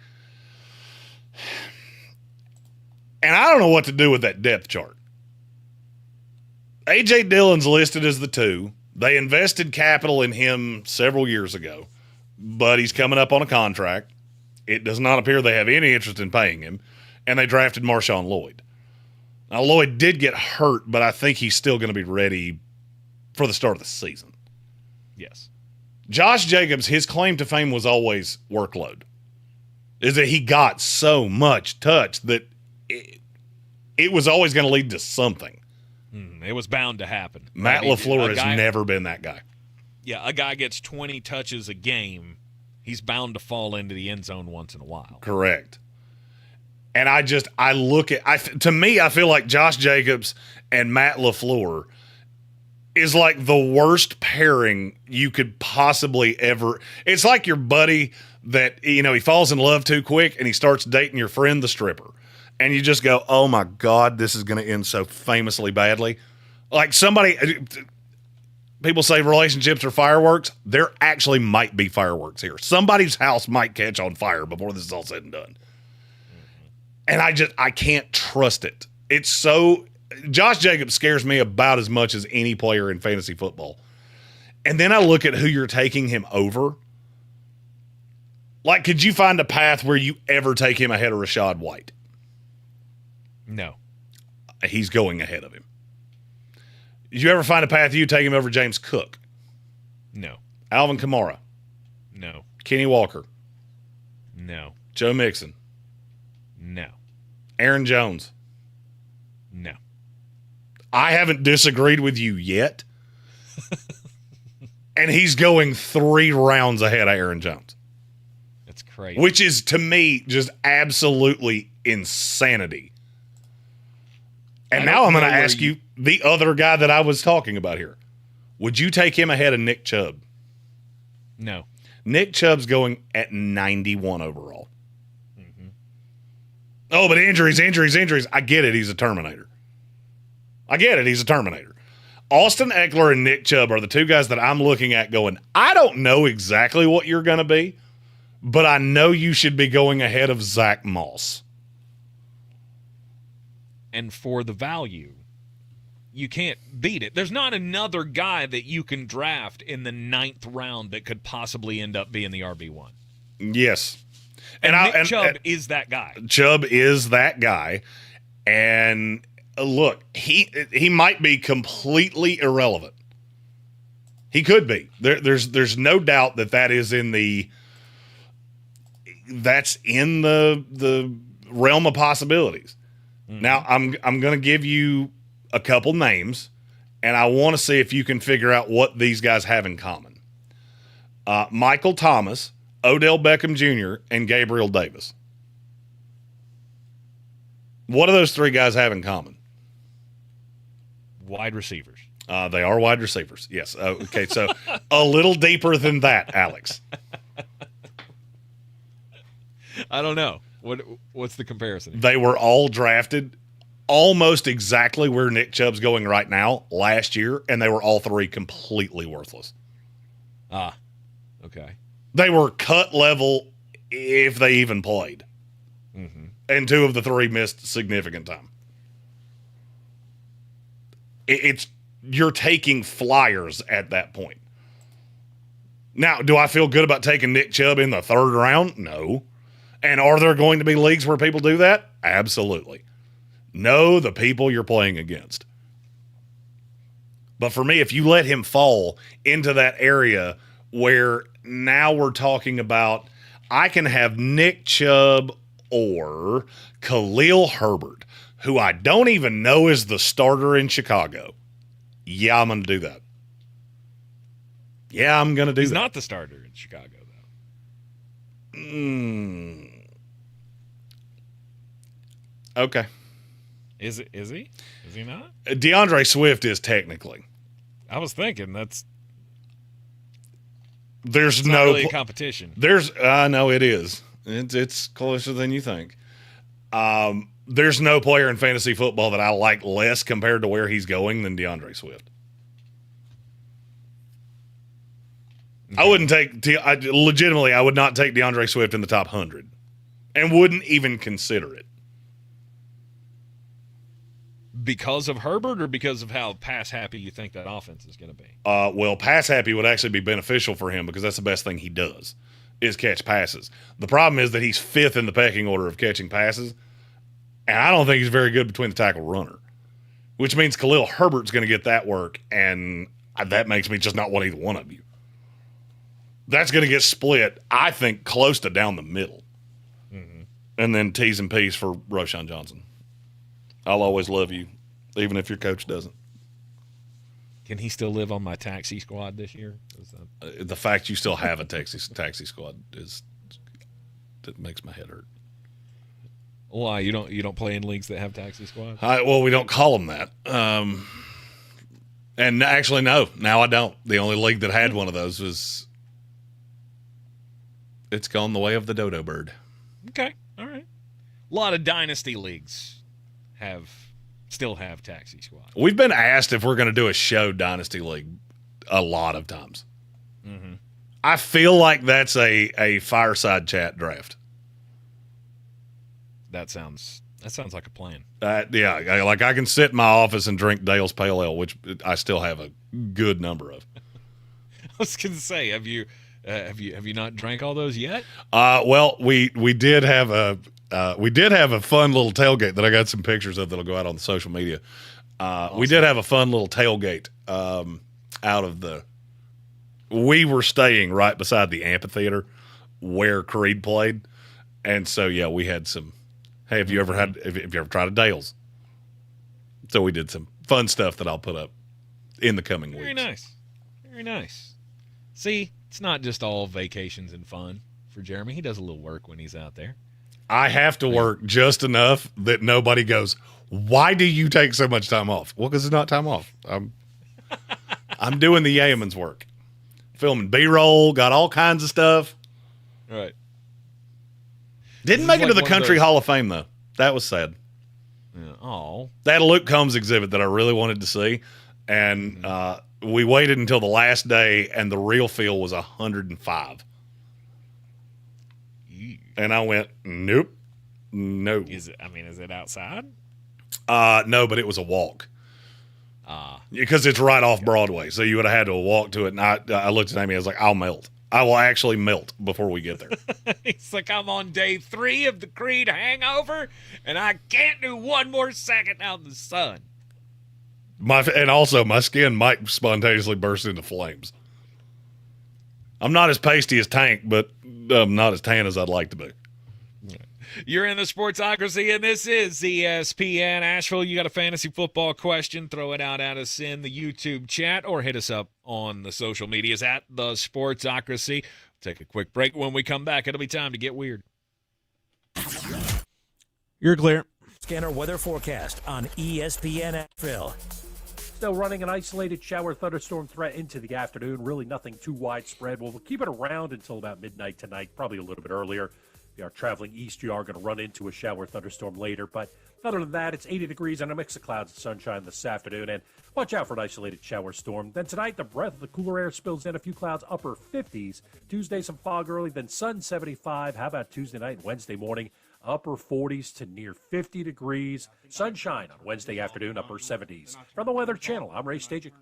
This report is sponsored by Robert Half. 9 out of 10 hiring managers are having difficulty hiring. Robert Half is here to help. Their recruiting professionals utilize their award-winning AI to connect businesses with highly skilled talent. At Robert Half, they know talent. Visit roberthalf.com/talent today. Get ready to win your way to our 2024 iHeartRadio Music Festival, presented by Capital One, and $1,000. T-Mobile Arena here in Las Vegas, September 20th and 21st. Streaming live only on Hulu. Buy tickets now at AXS.com. Audible is a proud partner of the 2024 iHeartRadio Music Festival. Explore the best selection of audiobooks, plus podcasts and originals, all in one easy app. Audible, there's more to imagine when you listen. Sign up for a free trial at audible.com.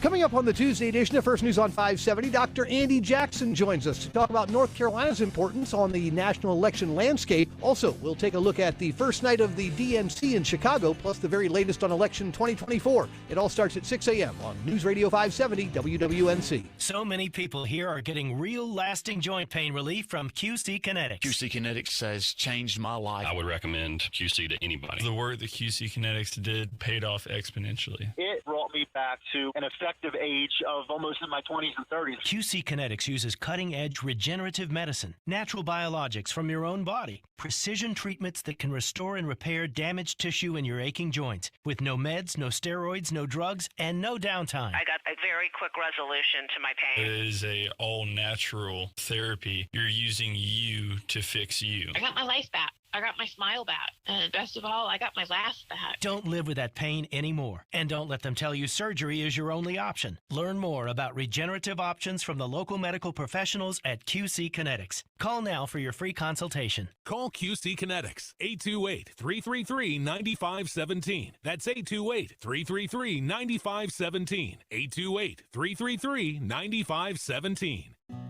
There's a lot of talk about heroes these days. Hey, buddy, want to go fishing?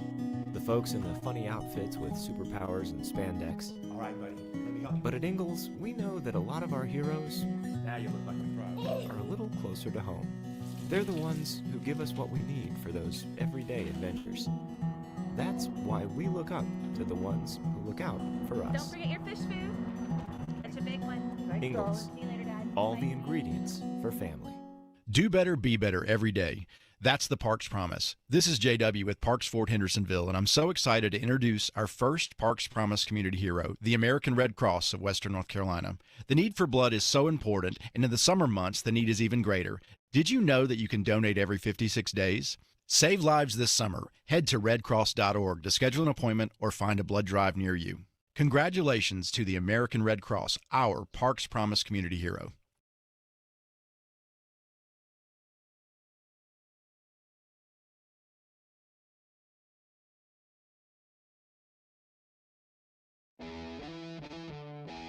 The Sportsocracy. That is some good, clean family fun there, eh, God?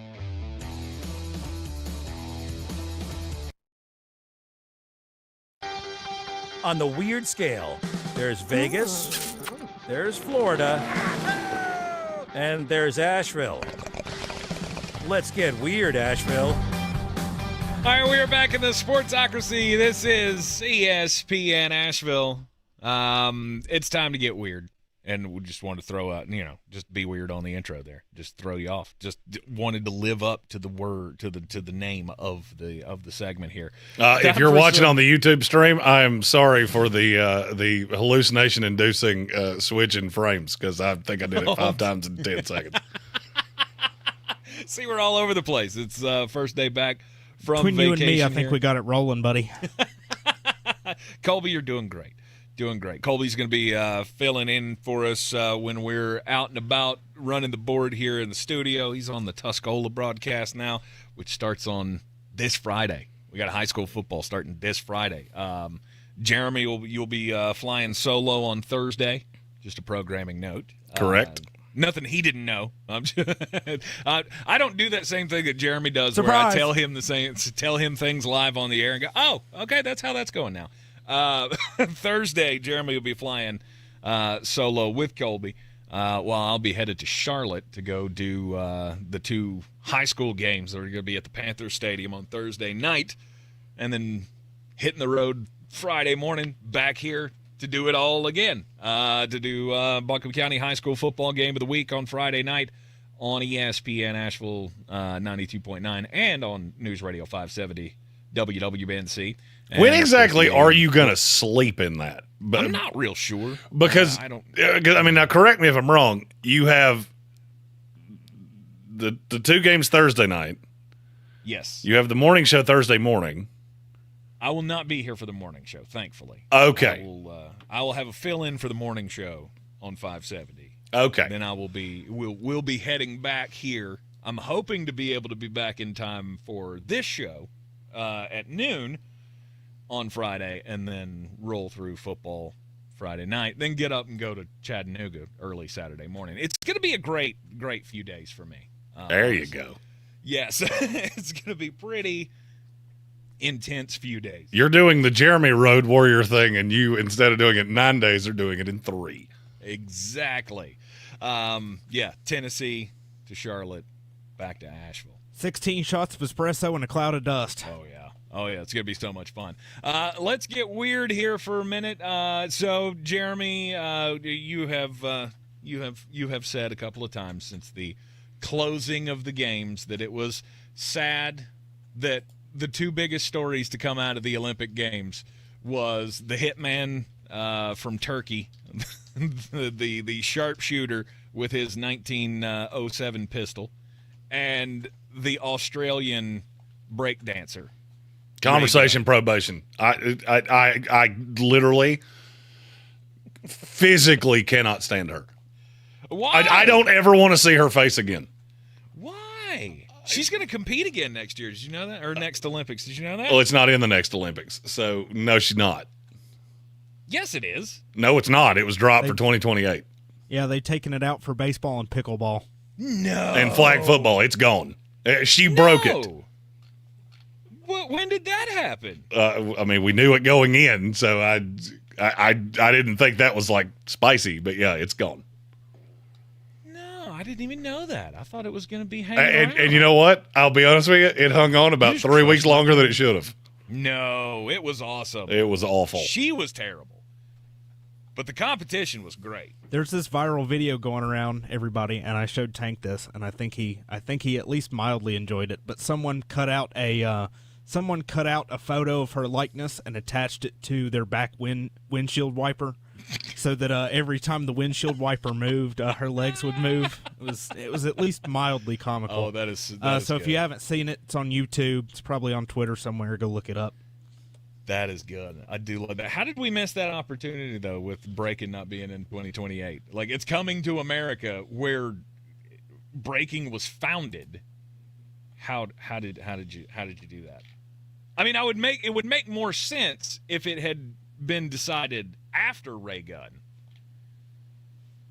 That's just anyway.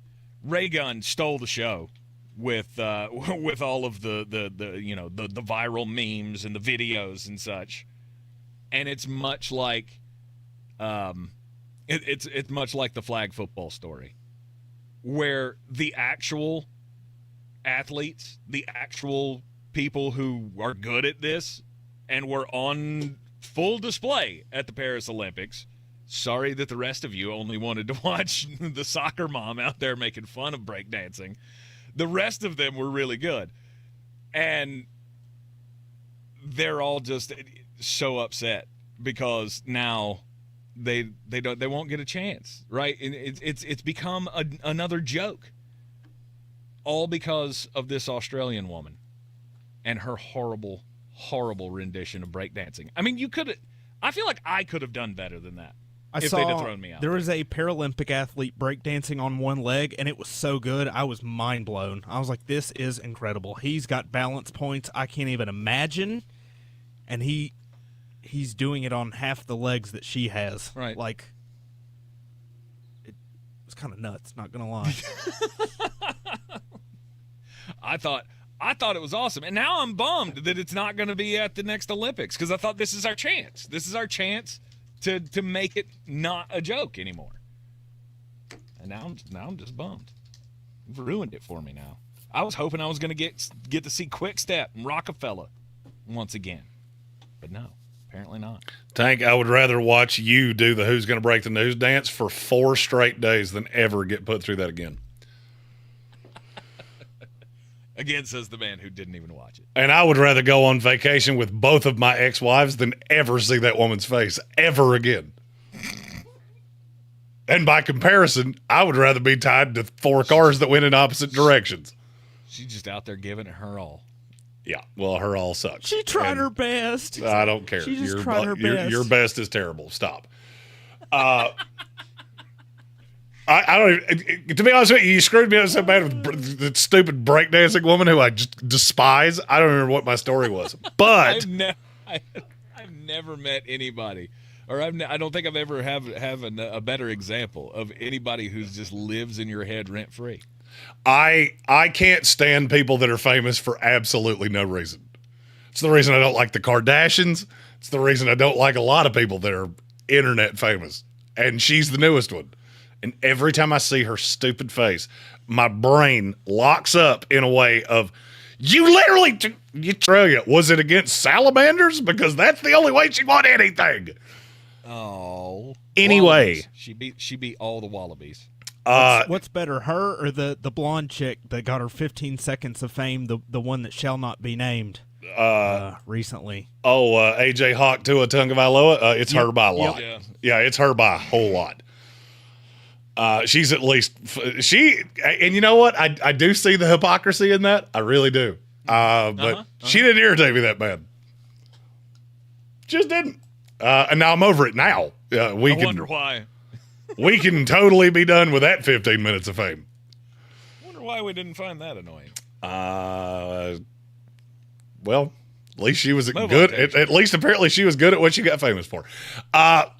Jim Page, great Jet fan, in our YouTube comments asked if we had any advice about auction drafting. Tank, do you ever do auctions?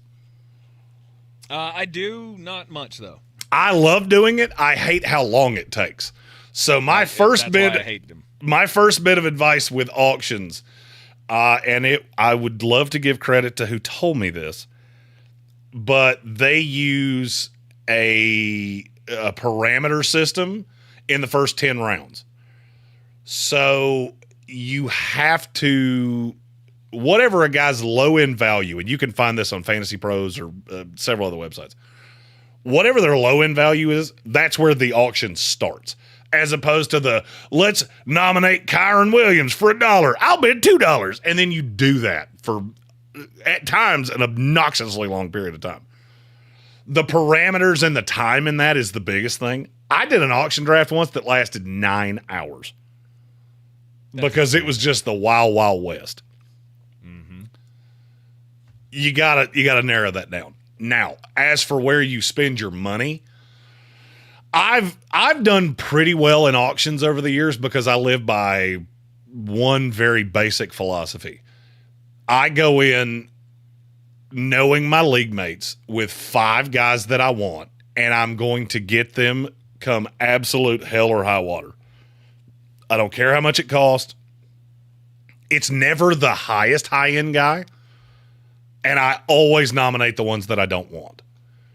So like this year, Christian McCaffrey, I know will go for something insane. Somebody will spend $80 on Christian McCaffrey. And as soon as you do, you're out on all the guys I want. Yep. So I'm going to nominate as many of those as I can and hope that my guys don't get nominated. I usually don't come out of an auction with a first-round pick. Do you? No, I very rarely will spend that money. I usually come out of it with one of the high guys. 5 second and third round guys. And then I stock the rest of my roster with dollar players. I'll save $15, $20 just to make sure that if there's a guy I really want, I can go get him. The thing about auctions is that they all go the same way. You get about 5 teams that they spend their entire budget in the first round. They get 2 guys, and now they can't spend more than $3 on any player, so they're completely irrelevant. Mm-hmm. You have another 3 that hoard their money like Tank, and they wind up with 16 guys that would have gone between the 5th and 8th round. And I just want to be right in the middle. All right, so I'll use the ADP. I am not actively doing an auction, although we could do one on this here program. I will come out of an auction with I'm looking at the wrong year. I will come out of it with some combination of Amon-Ra, St. Brown, if he's not overvalued. In some of these, he's overvalued. And you know how hard that is for me to say. I'll come out of an auction draft with some combination of Kyron Williams, Kenny Walker III, Alvin Kamara, Aaron Jones, and at receiver, Malik Neighbors, DJ Moore, Cooper Kupp, Tank Dell, Stephon Diggs. And that'll be the bulk of my roster. And then quarterback, I'll spend $10 total on Trevor Lawrence and Justin Herbert. And then I'll take high upside dart throws. Handcuffs are a bigger deal to me in auctions than they are in just a standard draft. Because there's really no reason for you to get snaked on a handcuff in auction. Mm-hmm. I kind of look at auctions as, I don't know, like I'm basically just drafting at the back end of the first round. All of the premier guys, I'm gonna be out on.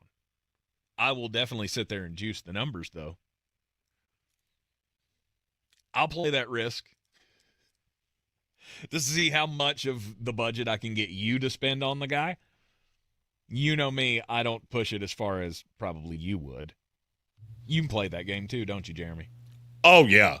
Drive up the price on other dudes? Oh, yeah.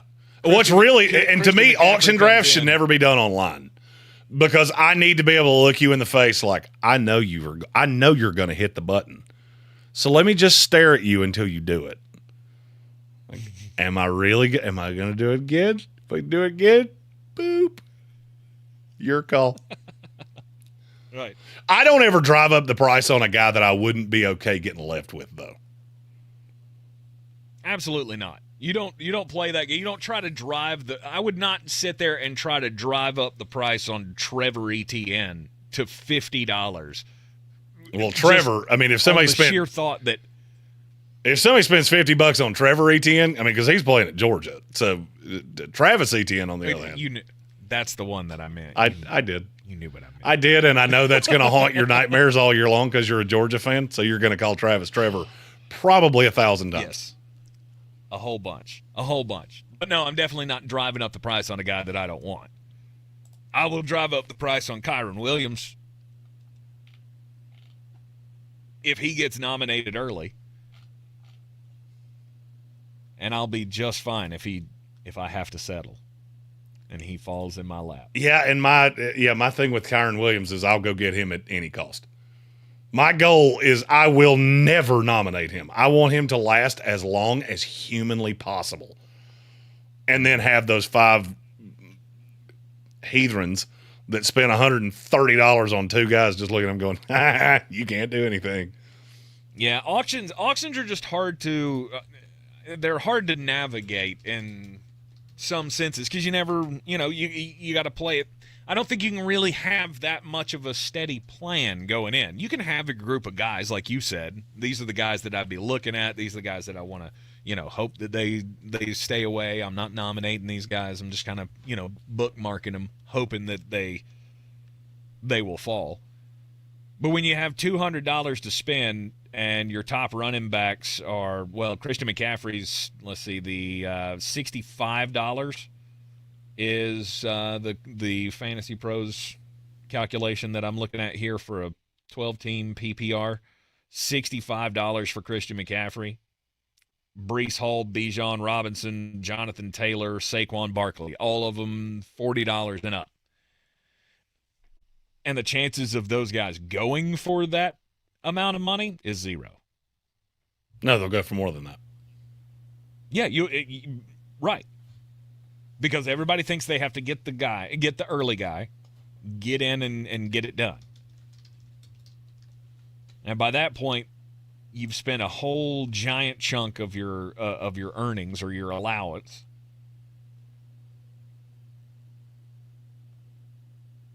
And I think, I don't know. I think I'm sitting back taking doubles on auctions. Yeah, I'm not looking for the home run. So I mean, I would be looking at that. I'm looking at I think the same list that you are. I'd be looking at Aaron Jones. He ain't going for $18. He's going to go for less than that because he's not sexy and nobody's super happy about it other than me. And then I'm going to double up on like Nick Chubb and Chase Brown and Austin Eckler, and those are the guys that I'm going to get for $2 because everybody blows their budget. And then even the ones that have money, they go, I'll wait on somebody else. That's why you invariably have somebody that winds up with $60 and we're taking kickers. For a guy who's cheaper than oxygen with real money, it doesn't change that much for me with fake money. I honestly, don't doubt that at all. I think I've only done one auction with you, and I walked away going, that is the worst team I have ever seen a smart man draft. Because I don't want to spend the money for the really good ones. Just pay $20 and get some of them middle of the road guys. Whole lot of flyers. You're in the Sportsocracy, and this is ESPN Asheville Fantasy Football Palooza. We'll continue next. If you're a medical professional, business owner, higher income, or self-employed, You're clear. New federal rule means now through August 31st is the last chance for people that don't get tax credit subsidies for lower premiums to lock in real health insurance at lower rates for up to 3 years. If you have marketplace, work, or healthcare ministry insurance, I'm talking to you. Hummingbird Insurance is offering free consults for quotes. There's no catch or strings. Get the free quote and decide. Hummingbird Insurance. Dr. Merrill and the team at Asheville Smiles are celebrating a significant milestone. 5 years of serving this community with exceptional dental care and heartfelt smiles. They are excited to continue their mission of providing compassionate dental care in a warm and welcoming environment. Their commitment to your oral health and satisfaction remains unwavering, with continuing education and training so they are able to provide multiple services to patients. Here's to many more years of providing world-class dental care with a hometown heart. Check them out at AshevilleSmiles.com. Haywood EMC, your local Touchstone Energy Cooperative, is powering a brighter future for our community by offering college scholarships, education grants, athletic camps, and much more. Serving the rural residents of Western North Carolina with affordable, reliable, safe services and open communications for over 80 years. Learn all of the ways Haywood EMC is working in the community at haywoodemc.com/community. If you're looking to buy, sell, or invest in real estate in the mountains, you need to call the agents at Clarissa Sells WNC, brokered by eXp Realty. Check us out online at clarissasellswnc.com. And did I mention that Clarissa Sells WNC loves teachers? We love teachers so much, we're giving back 25% of our commission at closing. For more information, contact us today at 828-774-6343 or clarissasellswnc@gmail.com. At Ingles Weather, we're celebrating Friday night rivals, televising college basketball games, bringing the Fan Fest to semi-pro soccer, or taking you out to the ball game at your minor league park. It's all in the bag. Ingles, low prices, love the savings. Do better, be better every day. That's the Parks Promise. Our mission, to improve lives with every interaction. This is JW, General Manager at Parks Ford Hendersonville. Experience the Parks Promise today at parksfordhendersonville.com. Tank, let's do a daily draft here, drafting teams of guys that we will not take This is your under any Temple Scanner circumstances weather this year. forecast on ESPN Asheville. Still running an isolated shower thunderstorm threat into the afternoon. We've also Really got breaking news widespread. coming back. We'll keep it around until about midnight tonight, probably a little bit earlier. If you are traveling east, you are going to run into a shower thunderstorm later. But other than that, it's 80 degrees and a mix of clouds and sunshine this afternoon. And watch out for an isolated shower storm. Then tonight, the breath of the cooler air spills in, a few clouds, upper 50s. Tuesday, some fog early, then sun 75. How about Tuesday night and Wednesday morning? Upper 40s to near 50 degrees. Sunshine on Wednesday afternoon, upper 70s. From the Weather Channel, I'm Ray Stajic. This report is sponsored by Robert Half. 9 out of 10 hiring managers are having difficulty hiring. Robert Half is here to help. Their recruiting professionals utilize their award-winning AI to connect businesses with highly skilled talent. At Robert Half, they know talent. Visit roberthalf.com/talent today. Hey, it's Mark Starling from First News on 5, and I've been going to Summit Dental in Nashville with Dr. Chad Reinhardt for years. They're fantastic, but you don't have to take my word for it. Check out some of these 5-star reviews from Google. After searching for a dentist for months, I finally found this place. I needed some serious dental work, and they got me in within a week. If you're anxious about going to the dentist, I assure you this is the place that can give you a new outlook on having dental work done. They're upfront, honest, and caring people who only want the best for their patients. You got to check out Summit Dental in Asheville with Dr. Chad Reinhardt, home of the Comfort Menu. From the Eagle Studios, this is ESPN Asheville, WPEK, W225CJ Fairview, WMXF Waynesville, and iHeart radio station. The Sportsocracy. It fires me up, man. I love it. Say it one more time. The Sportsocracy. Shake it back! Beer City's best sports talk. It is gross. Just earlier. They are mature, actually. You just have to get to know them better. Your lunchtime dose of dumbassery. Live from the Ingalls studio.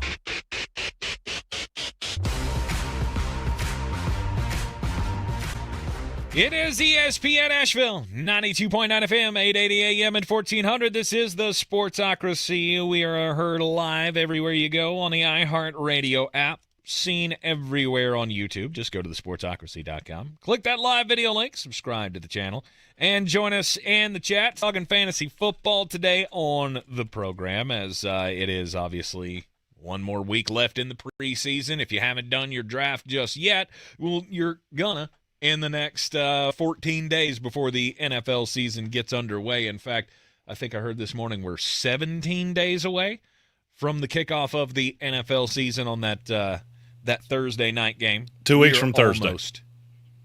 Almost there. I feel like that's why Right the NFL around gave the us that bye week is, hey, now you can draft your fantasy football leagues. Like, we give you a whole week. There's nothing going on. We got football on the weekends, so you can go to a bar and watch some college football while you draft an NFL fantasy team. Mm-hmm. Or you can come hang out with us on September 1st and for our full fantasy spectacular at the Village Porch, 51 North Merriman Avenue. We will be there all day. All day. All day long. All day. And then we're off for Labor Day. Yes, it was a fun time. It was a fun time last Labor Day weekend, and you come out and join us once again. I think that's when I broke my glasses. I was so drunk. Tank tried to contend with Jeremy for a full day, and it didn't go so hot. I did. It didn't. Hey, it didn't you go better my way. watch out because he might not be able to keep up, but I'm fresh out of college, buddy boy. I can. Tank, you should really you should really instruct the boy on many have tried and many have failed. Listen, if we make him sign a waiver, I'm all in. That's just saying. Could be a fun little interesting experiment to do on opening weekend. Anyhow, before we get back into the fantasy football and today's daily draft, where we're going to do, Jeremy and I will be picking the do not draft list that we have for this upcoming season, we have breaking news. Who's gonna break the news? Who's gonna break the news? Who's gonna break the news? Who's gonna break the news? All right, Jeremy, give it to us. What's the breaking news? This might be the least surprising tidbit of information that I've ever given you. Jaden Daniels is officially QB1 of the Washington Commanders.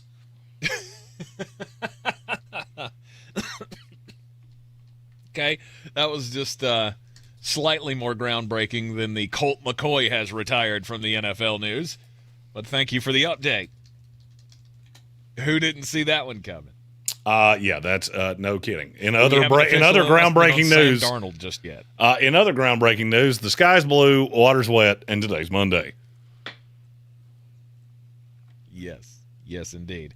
Those of you who are just saddened by the Colt McCoy news, don't worry. Colt will be on your televisions for Big Ten coverage on NBC. Oh, is that actually where he's going? Football season long. Yes. You said that before the show that was going to be the breaking news of where he was going. Yeah. Peter Schrager of Fox Sports announcing that he was going to retire. And then NBC Sports came out after that announcement and said that he will be joining them. So, who did they pair him with? Do you know? Do not know who he's going to be paired with in the booth. It just says that he will be a game and studio analyst and will make his debut in the booth during the September 7th game between the Nebraska Cornhuskers and the Colorado Buffaloes. Which will be a great the game. overhyped battle for mediocrity. Yes, tens of us want to Glorious. see that battle happen. I can't say anything. I by choice have gone to preseason games, and I'm going to Jacksonville State and Coastal Carolina. So I am just a glutton for football punishment. Jeremy's like the Mikey of football. You just give it to Mikey, and he'll like it.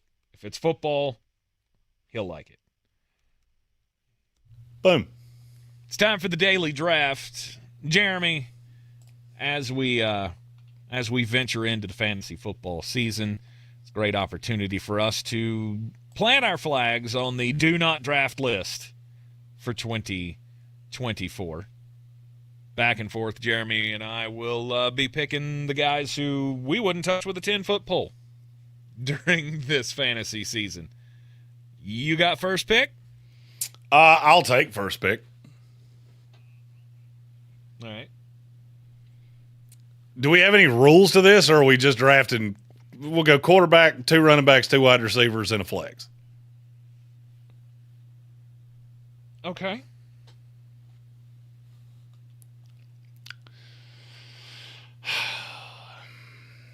I feel like I want to get quarterback out of the way early. Okay. I'm going to take Pat Mahomes. I'm going to take Pat Mahomes at 1. Really? You would not draft Patrick Mahomes? Not where he's going. I mean, I'll take anybody if they fall far enough. I just look at the way Kansas City's built now. And I don't see any way he's going to live up to that. I really don't. I mean, last year he was QB 8. He missed 1 game. So that's really not what did it. The year before he was 1, they couldn't run the ball to save their lives. He was 4 in 2021. I mean, he's one of those guys that he will be, and I'll go back to what Ron Rodgers said earlier. I know he's going to be good. The problem is that I feel like you're going to be able to take a guy later that actually outscores him. He's the best real life quarterback by a mile. I don't think I have any interest in him as a fantasy quarterback. I'm also officially to the point that I don't ever take quarterbacks that don't run a good bit. And Patrick can, but it's never really designed for him to do that. I mean, yeah, and he runs a little bit. Not to the level that I want him to. If he's going to go that high. I mean, last year he did have almost 400 yards. Yep. He was the second leading rusher for the Kansas City Chiefs.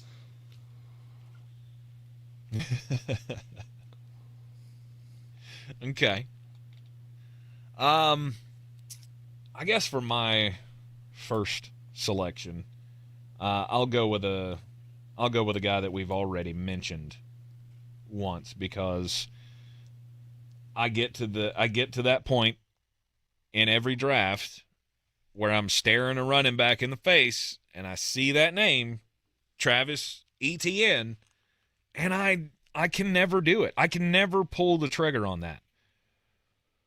Because when it comes time for you to take him, again, as we mentioned earlier, the names that compete with him at the running back position and in that same little window are guys like Kyron Williams, Derrick Henry, Devin Achane, James Cook, Rashad White. I would rather have any of those guys than Travis Etienne. I just don't know what I'm going to get from Travis. I know that he is a trusted target for Trevor Lawrence. But I'm just not sure that I'm going to get 12 touchdowns out of him again this year. I don't know that there's another 1,500 yards in there for Travis. You stop me if you think I'm wrong. When you say something wrong, I'll be sure to tell you. Nothing about really the Jacksonville Jaguars in particular that makes me think, you know what, I really want a piece of the Jaguars offense. They had that chance to prove that to me last year and didn't do it.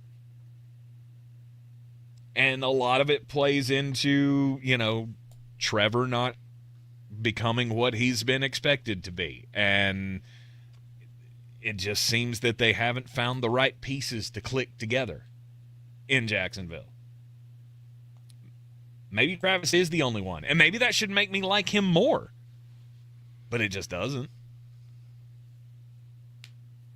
To me, there's nothing sexy about Travis Etienne. I can't with good conscience draft him as an RB1 and go, yeah, I really nailed this one. It's just not there for me. I have to say I agree with every word you just said. He was on my list. It's the one name that I keep running across and going, nope, never in a million years. Never in a million years would I take him at number 20 or 18. I'm going to give you a piece of advice. Always remember that Jeremy cheats, because that's what Jeremy does.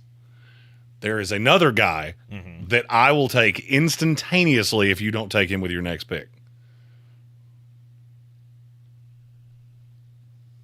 All right, hang on.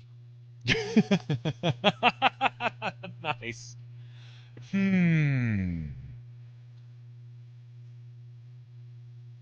Do I get any hints? Is it a running back? It is not a running back. It is not a running back. This is one of those times that you didn't ask the question, so I didn't answer the question. That's my hint. That's your hint. Okay. All right. Well, normally, I guess I would try to go out on a limb and take the guy that you're talking about. But seeing as how I have zero clue of what you're hinting at right now, I will go ahead and take my next selection here. Guys, I will not draft for the 2024 fantasy football season, and I almost don't want to say this name, but frankly I'm gonna, because it's another one that I roll across and I go, I'm just not sure I'm ever getting to Deebo Samuel. Oh, that's a good one. I think the injuries have swayed me enough on him where I just don't want to take the risk. I will take a guy that is steady and I know is going to be in the lineup each and every damn week. I may not get top 10, top 15 out of him every week, but I will have it by the end of the season. Do you have any idea who I'm talking about? It's a guy that's right in his window, his ADP window. Right in Deebo's? I'm very fond of. Yep. Oh, DK Metcalf. Close. You're so close. Mike Evans was the one I was thinking about. I would much rather have him than Deebo Samuel. Take the risk on a guy who's injured all the time. A guy whose quarterback I really don't believe in.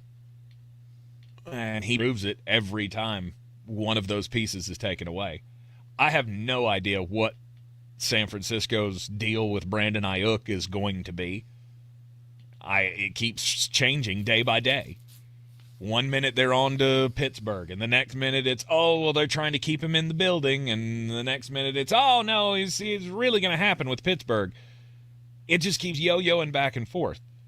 And at this point, I don't know that I want to trust anything outside of Christian McCaffrey that has a SF on its helmet. I mean, I can't fault you for anything you just said. You took two guys that were on my list, but you didn't get the one that I was talking about. Okay. Now I'm going to elaborate on my on my hint. You didn't ask the question of what kind of flex was I talking about, because I'm going super flex and I'm taking Anthony Richardson. Oh, Jeremy does like to cheat. I love to cheat, and if you don't ask the question, if you ever play a game with me and you don't hammer down the rules, just rest assured I'm gonna look at you and go, "You never said I couldn't do that." Name's on the door. Okay, he's going super flex. I, for the life of me, cannot figure out what it is about him that has pushed him into the fourth round. Like, people are taking him ahead of Malik Neighbors, which makes my brain hurt. And it's not even that I don't think he can be a good fantasy quarterback. I think if he is a good fantasy quarterback, the chances are he misses at least 6 games. Because what he does is what got him hurt last year. He has never figured out, just because you're the biggest guy on the field does not mean you need to get hit every single time you touch the ball. The risk is too great. And I still don't think he's a good thrower of the football. Of which, to be an elite quarterback in the range that you're in, where he's at right now, you would have to be. Because he's going right behind Lamar Jackson, which is stupid. He's going ahead of C.J. Stroud, which is stupid. He's going ahead of Kyler Murray, which is stupid. I will have him on 0 0 fantasy football teams, even though he has one of the best quarterback schedules I've ever seen. People get so swayed by the rushing ability, right? Rushing quarterbacks, obviously they have an opportunity to score more, especially if you're in one of those leagues that only scores 4 points for every passing touchdown. Right? Rushing touchdowns and rushing yards become even that more important in your fantasy quarterback. And that's the only reason. No one can look at Anthony Richardson and what he put on the field last year and can say, oh, yeah, he's most definitely better than Dak Prescott. It's just not there. It doesn't exist. He had a good game last year. He played in 4. He got knocked out of 2 of them. He had a 22, a 17.5, a 4.5, and a 29.5. That 29.5 is really, really good. Why in the world would you not just take Lamar Jackson? Who's going to do that consistently? Mm-hmm. Yeah, but I have to take him in a round earlier, don't I? Half a round. Half a round. Okay. Or why would I not just wait on Justin Herbert, who doesn't really have a running back, and he did that consistently? Now, I was with Keenan Allen. I get it. I don't think that's going to – when we do this tomorrow with guys that we absolutely want, just Tank's at a great advantage because he's gotten to hear me talk about teams that I've already drafted. You should assume you better take Justin Herbert pretty quick because if you don't, I will. Yep. All right, now after AR-15. I mean, I hate to use my champion's advantage here of we do have to take a break. Uh-huh. I like to call that Jeremying. Just push it long enough that I can reset and think about it. There you go. We'll let him think over the break. We are in the Sportsocracy on ESPN Asheville. Daily draft today, the do not draft list. I've got Travis Etienne and Deebo Samuel so far. Jeremy's gone 2 quarterbacks, Patrick Mahomes, and in the Superflex, Anthony Richardson. We'll be right back on ESPN Asheville.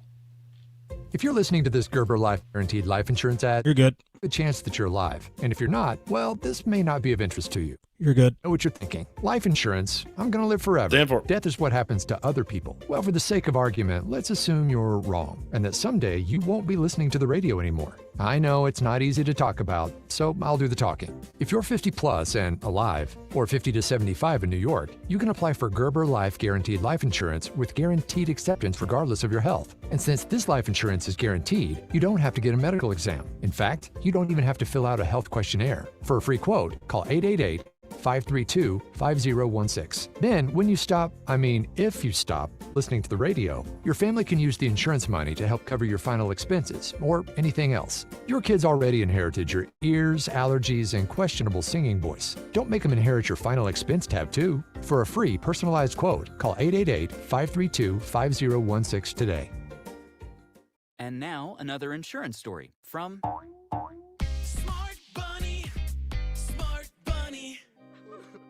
Wow, I wonder how much all this costs. Shh. Well, it can't be cheap. Do we even have enough for our own, you-know-what? Honey. Shh. I heard he bought final expense insurance through the Smart Bunny app. The Smart Bunny app?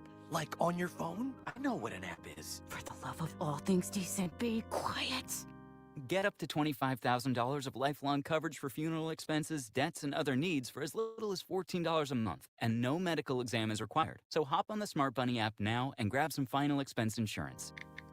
Honey, are you buying the insurance, right now? Time is precious. So true.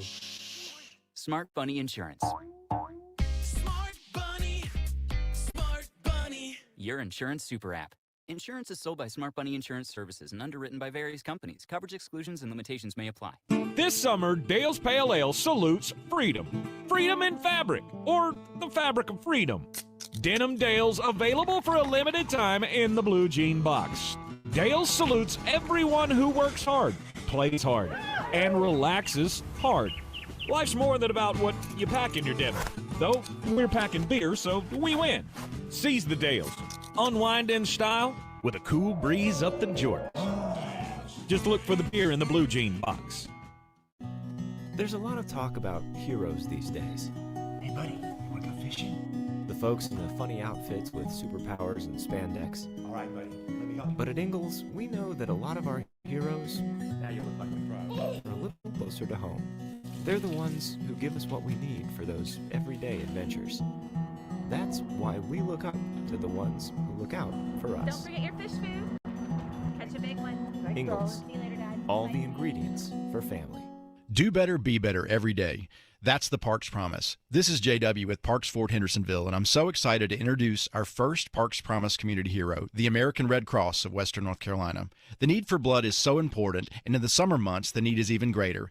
Did you know that you can donate every 56 days? Save lives this summer. Head to redcross.org to schedule an appointment or find a blood drive near you. Congratulations to the American Red Cross, our Parks Promise community hero. The Sportsocracy. These guys are a f***ing disgrace. We're back on ESPN Asheville, the Sportsocracy, in the midst of the daily draft where Jeremy and I pit ourselves against each other to come up with the best list that we possibly can of whatever the topic of the day is. Today, we're talking fantasy football and starting out with do not draft lists, guys that you will not have on any of your 2024 fantasy football teams. I've already taken Travis Etienne. He's got and Deebo Samuel. He has Patrick Mahomes. It's kind of an interesting statement, but I guess I get with the ADP and such. And then AR-15. Anthony Richardson. That should really tell you a lot about how I feel about taking quarterbacks. Precisely. Wait to take a quarterback. You are on the clock here with your third selection. Who else are you staying away from? We have a super chat, which is going to parlay itself right into my selection. Yeah!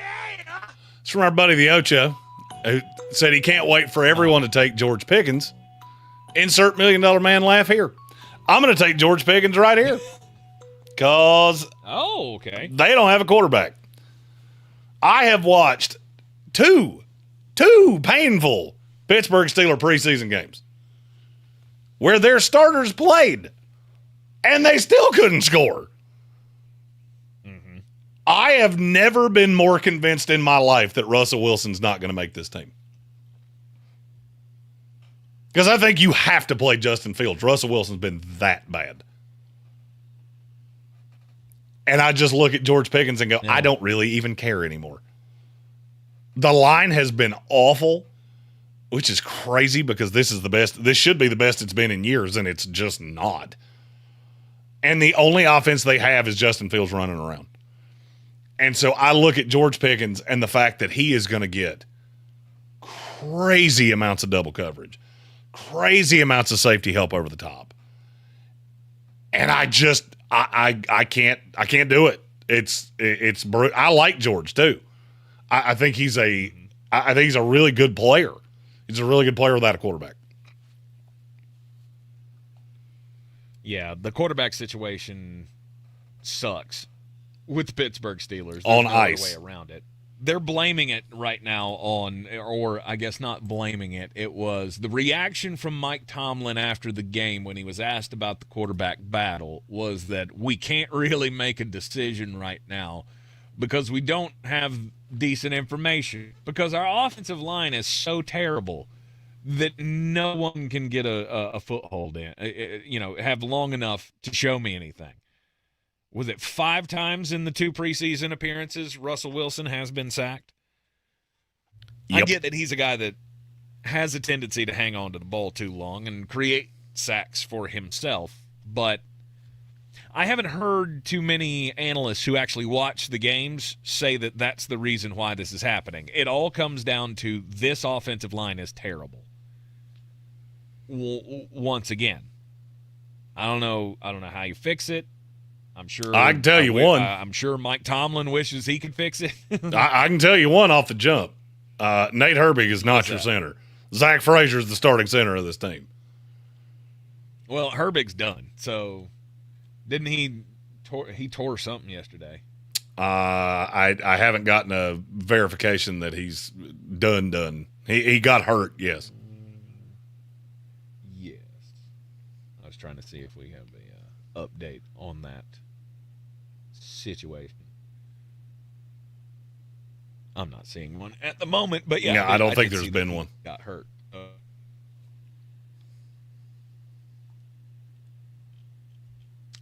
Pittsburgh is special. It's a special situation.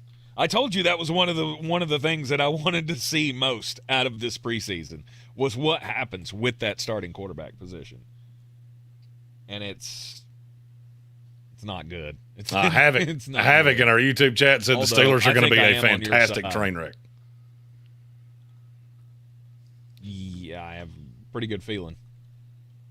Pretty good feeling because if that defense isn't as good or better than it was last year, they will not make the playoffs again. My next selection, I'm going to go for, I'm going to take a guy that I would not take because of the same reasons that you just took George Pickens. And mine's Malik Neighbors.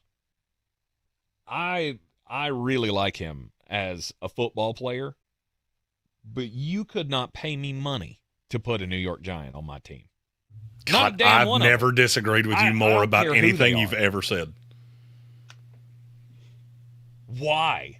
Please tell me. I will have Malik Neighbors probably on every team I draft. And the worse the Giants look, the more convinced I am that that's true.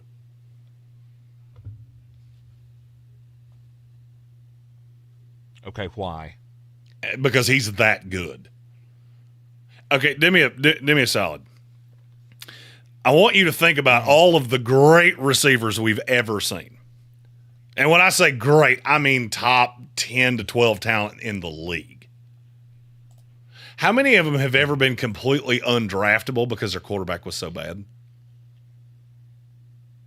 I'll wait. Guys this good, find a way to make it happen. It's not undraftable. It's not that you're undraftable. It's that I'm not taking you in the third round. You don't have to. Because your team is going to be terrible, and so are you. You don't have to. Right now, his ADP is at the back end of the fourth round. And I guarantee you, after Daniel Jones just threw 2 interceptions in 3 passes, and the third one was a dropped pick 6 that hit Derek Stingley in the numbers, he's going to fall lower than that. I won't be shocked if by the time this is all said and done, you're getting Malik Neighbors in the 60s.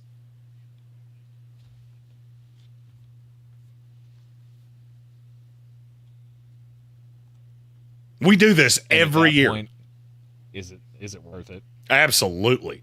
If you're telling me I can take him or George Pickens, it's Malik Neighbors, and I wouldn't think about that for a tenth of a second.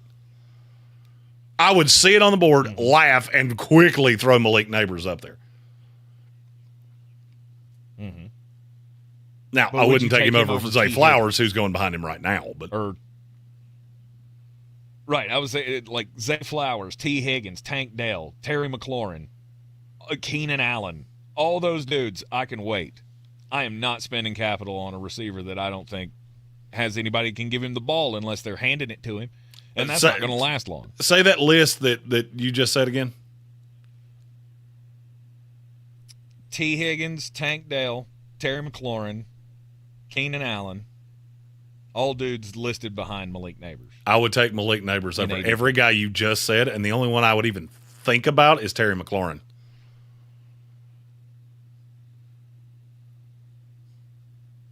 Okay. Good luck with that. I don't think it's going to work out the way you want it to. He's currently going as wide receiver 23. And I'll be honest with you, in terms of sheer talent, I'm not sure he's not a top 10 guy in the league already. Really? I said this the whole draft process. Wow. These are 2 elite receivers. Rome Odunze, who I'm in love with, was a step behind both of them. And Daniel Jones is awful. I'm not disagreeing with you on any of that. I don't think anybody can be that awful.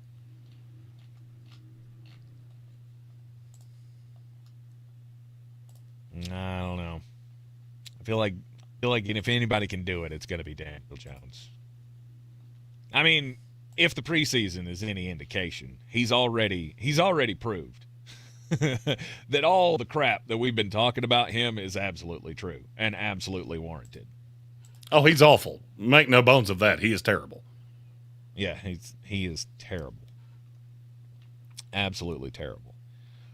All right, second selection for me here. I will go on my do not draft list.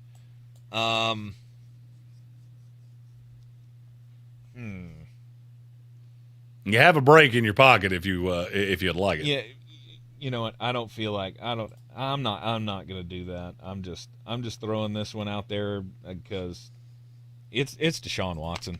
I'm not doing it again.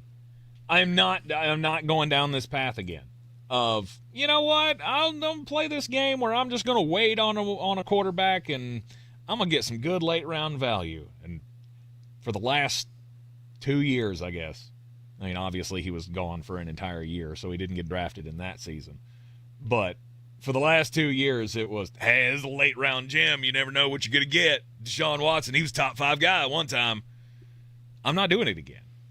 There's no shot that I will trust any position spot or roster spot on a fantasy team on Deshaun Watson ever again. I'm trying to think if there's a quarterback even with a path to starting that I would take Deshaun Watson over. And I can't think of one. Like, I would take Gardner Minshew over him, and I would not think a second thing about it. I'd rather spend the roster spot on old Mustachio.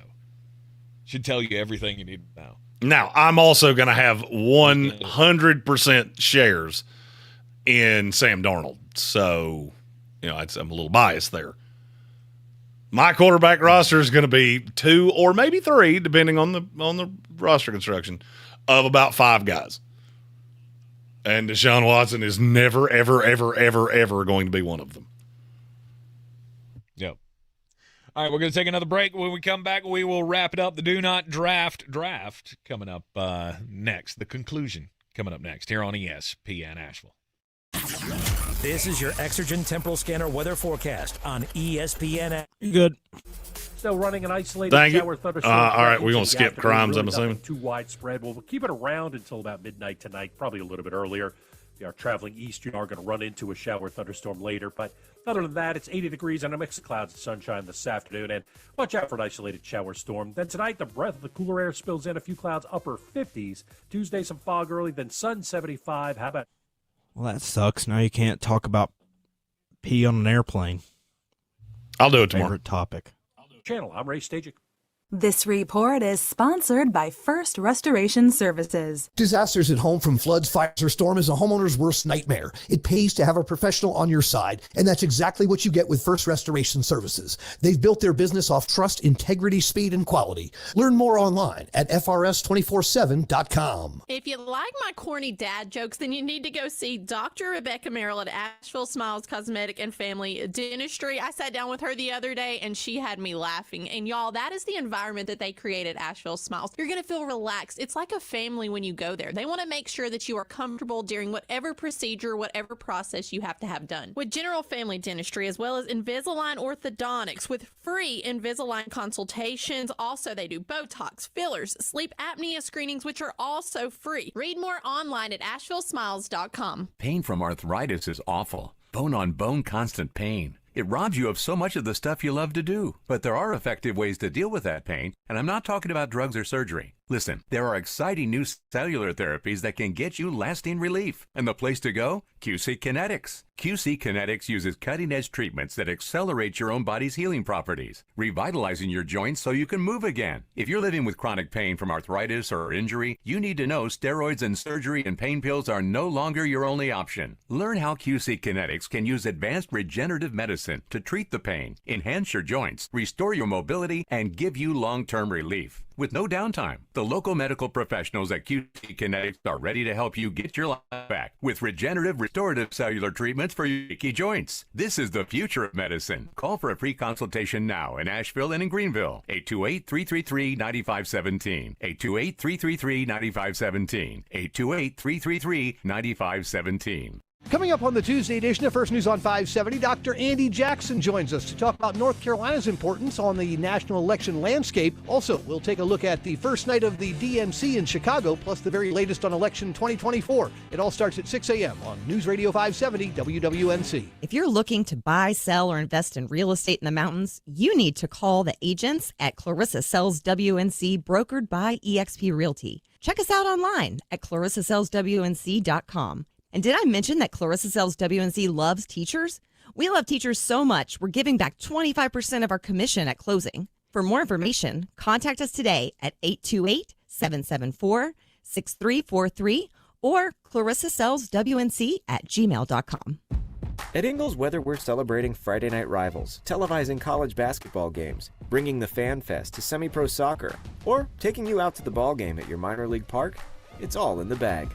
Ingles, low prices, love the savings. Do better, be better every day. That's the Parks Promise. Our mission, to improve lives with every interaction. This is JW, General Manager at Parks Ford Hendersonville. Experience the Parks Promise today at parksfordhendersonville.com. That's parksfordhendersonville.com. The Sportsocracy. Let's open up the whole can to kick ass and kill them all. Let the paramedics sort them out. It is ESPN Asheville. We are back in the Sportsocracy talking fantasy football, the daily draft. It's the do not draft list. Guys that we will not have on any fantasy football team, no matter what, this season. I've gone Travis Etienne, Deebo Samuel, Malik Neighbors, because the Giants suck, and Deshaun Watson. Jeremy's gone Pat Mahomes, Anthony Richardson, George Pickens, and who was the fourth one? I don't think I wrote that one down. I haven't made a fourth pick yet. Oh, you haven't made a fourth pick yet. Okay. But I'm about to. And it is Okay. one, Joshua Allen Jacobs, the fourth. Okay. Josh Jacobs. Josh Jacobs, yes. He is – I'm not a huge fan of the way he's used, and I said this earlier. I think that is the unholiest of matrimonies because you have a coach that uses 3 running backs, period. You've got 2 that you invested draft capital in. I get that they paid him. They wouldn't give the ball to Aaron Jones consistently, and he was better than Josh Jacobs. Why in the world would I think they're going to do it now? I feel like people are falling for the contract and not really looking at all the empirical evidence here that says this is not going to be awesome. He'll be fine. I mean, I think he's going to be RB 20-ish, as he is about every year. But do I think there's a real upside there? No. Especially not with the bevy of weapons that Jordan Love has. I think you're going to lose some touches, even to Christian Watson, to even maybe to Jaden Reed. And that's not a crazy amount, but it makes me really not like anybody in Green Bay. When you have that many options, it's hard for me to look at any of them as high-end guys. I like Christian Watson a lot. I probably won't have him on any team. Not because I don't like him. You've got 4 other legit receivers. I like Dontavian Wicks. I like Jaden Reed. I like both the tight ends. It's just hard for me from a fantasy football standpoint to trust anything in Green Bay, except maybe your quarterback. I was watching that game last night and just kept screaming at the television. Romeo Dubs. Say his name more. Because they wanted to, it felt like at times they wanted to talk about everybody except for Romeo Dubs. And I think he's the best receiver that they have. I cannot agree with that. I think Jaden Reed is the best receiver they have. Really? Okay. I do. And honestly, Dontavian Wicks might be too. Christian Watson's the most talented player. Romeo Dobbs is the most consistent player. I don't necessarily think he has the high side of the others. Dontavian Wicks was another great hit of mine that I swear to you, if he played for anybody else, we would be talking about him as a legit number 2 receiver in this league because he's such a good deep threat. Mm-hmm. But he kind of gets lost in the shuffle in Green Bay. Yep. Okay. I have another one that I want to take, but I feel like there is no shot you're going to do it. So I will go ahead and take the other one that I want right here, which is David Montgomery. I feel like people think I just hate him. You do. I don't. I really don't. I can't fathom how anybody looks at him and Jahmyr Gibbs and goes, they are equivalent running backs. I can't wrap my head around it. It doesn't make a lick of sense to me. Mm-hmm. And I get he's the bruiser between the tackles, blah, blah, blah, blah, blah, blah, blah. I don't care. I just don't care. I don't see how there's enough work with what I think will be a bump in Jahmyr Gibbs. I don't see how there's enough work to keep him propped up. Do you disagree with what I just said? I do, and the only reason I say that is because I feel like last year, despite the fact that it didn't make a whole lot of sense, it still happened. But he was a rookie. Right? They were.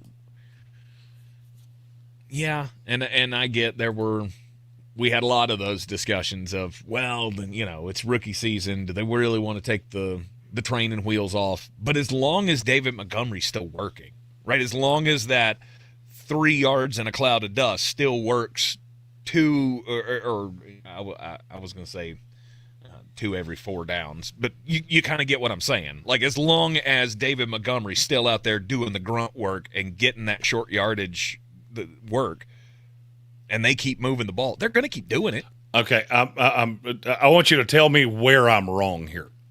Okay. Last year, David Montgomery had more carries than Javonte Williams, Bijan Robinson, Raheem Mostert, James Conner, and Isaiah Pacheco.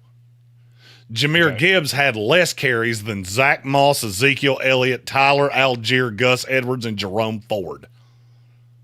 Those 2 things, neither one of those things should ever happen again. And if you tell me we flip the work and Jahmyr Gibbs gets to that 220 mark and David Montgomery stays where he should in the 160 to 180 range, there's just no value to David Montgomery. I mean, he had 13 touchdowns last year. I can't figure out a world where that happens again. Right. And that's how I think it's going to go. I do think Jahmyr Gibbs is going to get the lion's share of carries, and David Montgomery is going to be more of the spellback. And that just puts him, to me, that puts David Montgomery in Brian Robinson territory. Mm-hmm. Not saying there's anything wrong with that. Just saying I'm not taking it as a top 20 running back in fantasy football. Okay. All right, David Montgomery added to the do not draft list for Jeremy. All right, I've got 2 more selections here. So the way we set this up, if you're just joining us, quarterback, 2 running backs, 2 wide receivers, and a flex.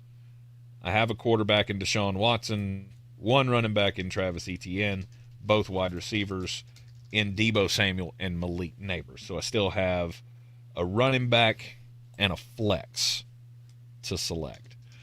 And since Jeremy went super flex with his, I will take super flex as well. And my super flex selection is going to be Dak Prescott. I know he has CeeDee Lamb. That is awesome for CeeDee Lamb. As far as Dak Prescott goes, I'm just not signing up for whatever this is going to end up being. I feel like this has the opportunity to be the biggest letdown in, modern Cowboys history, right? Since they last won a Super Bowl, Okay, well, so why are you so committed to that? Because I feel like I feel like you've already passed your window. And nobody wants to believe it, and everybody wants to think that or at least Cowboys fans still want to think that there's magic that can still happen here. And I don't think that there is. I think this season turns into an absolute and utter disaster. Okay, but what does that have to do with Dak Prescott? From a fantasy football standpoint. Mm-hmm. Because I don't believe that offense is going to be as good. Okay, is the defense going to be as good? The answer there is no. Probably not. Yeah, the answer there is probably no. not. Do they really have anything in the running game that makes you feel hunky-dunky? No. No. So that means they're going to score points through which two people? Dak Prescott, CeeDee Lamb. Mm-hmm. In Dak's career, how many times has he not finished as a top 10 fantasy point per game quarterback? Once. It's never happened. Never happened. It's never happened, and right now he's going at 9. There's a good chance Dak will be my quarterback tomorrow. Like if you were to screw me over on Justin Herbert, I would flex to Dak Prescott and wouldn't think a second thing about it. From a fantasy perspective, I love everything that's happened in Dallas for him. Because, look, does he have a legit 2? No, good God, no. The receivers are terrible outside of CeeDee Lamb. But he still has a really good tight end. He has arguably the best receiver in the league. Not saying I believe it, just saying I could argue it. Mm-hmm. And I don't think the defense is very good. I think Dallas gets into a lot of shootouts. I'll put it this way. If you told me that Dak Prescott was the number 1 scoring quarterback in fantasy football, or he didn't finish in the top 10, I would bet my house it was 1. Assuming he plays. Wow. I don't see it. Because I don't know how you're going to be able to rack up those points without the talent. And he just doesn't have it. Outside of CeeDee Lamb, he's got an okay tight end.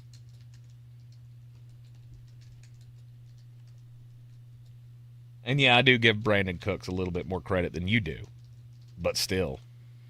Oh, Brandon Cooks is a ghost of his former self. I very easily could see Dak Prescott being an absolute stat accumulator this year. Okay. He's done it every year, and it's never really mattered. Now, the injury history does scare you, but, I mean, all that's baked in. I mean, he's going as the 10th quarterback right now, and he's trending the opposite way. Because Jordan Love, Brock Purdy, and Jaden Daniels are all going behind him, and I could easily see a path that all 3 of them go ahead of him when we get to actual drafts in these coming days. All right, last selection for me. I need a running back. Oh, okay, that's a good one. So Stephen Tao had made the joke earlier in the chat of I could just take all the Raiders and cheat like Jeremy does. I'm not gonna take all the Raiders. I will take Zamir White. I don't believe in Zamir White as a every down running back, as a workhorse running back, as a starting running back in this league. To me, Zamir White he could be a fine backup in this league. But I don't see him as a bell cow and one that's going to have a whole lot of value. I would much rather take a chance on pretty much everybody else that is in his ADP window. Devin Singletary. Raheem Mostert. Devin Singletary? Devin Singletary's right behind him. Yeah, no thank you. In ADP, he's right behind him. Pass on that one. I agree. I was just trying to prove a point. He's going ahead of a couple guys like Tony Pollard or Nick Chubb. Mm-hmm. I agree. That's just how gross running back gets. Mm-hmm. Like Jonathan Brooks is 20 spots behind Zamir White. And he's a rookie in a list that I all do over like. the place. I would take him so quick over Zamir White. It ain't even funny. I'm just going to give you a tidbit on Jonathan Brooks. Be really careful how much you trust that. While I was in Charlotte, if I heard the word blip year or something in that, different ways of saying that, if I heard it once, I bet I heard it 50 times.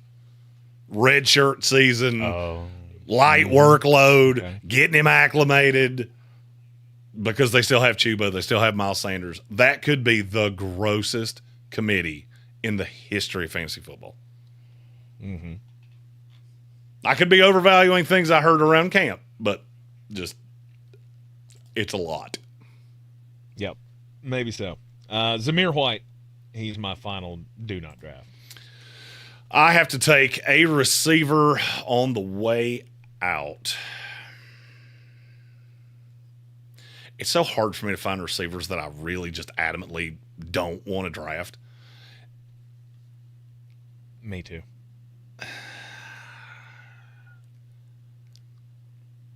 There's so few of them. So and look, this is not an indictment on the guy.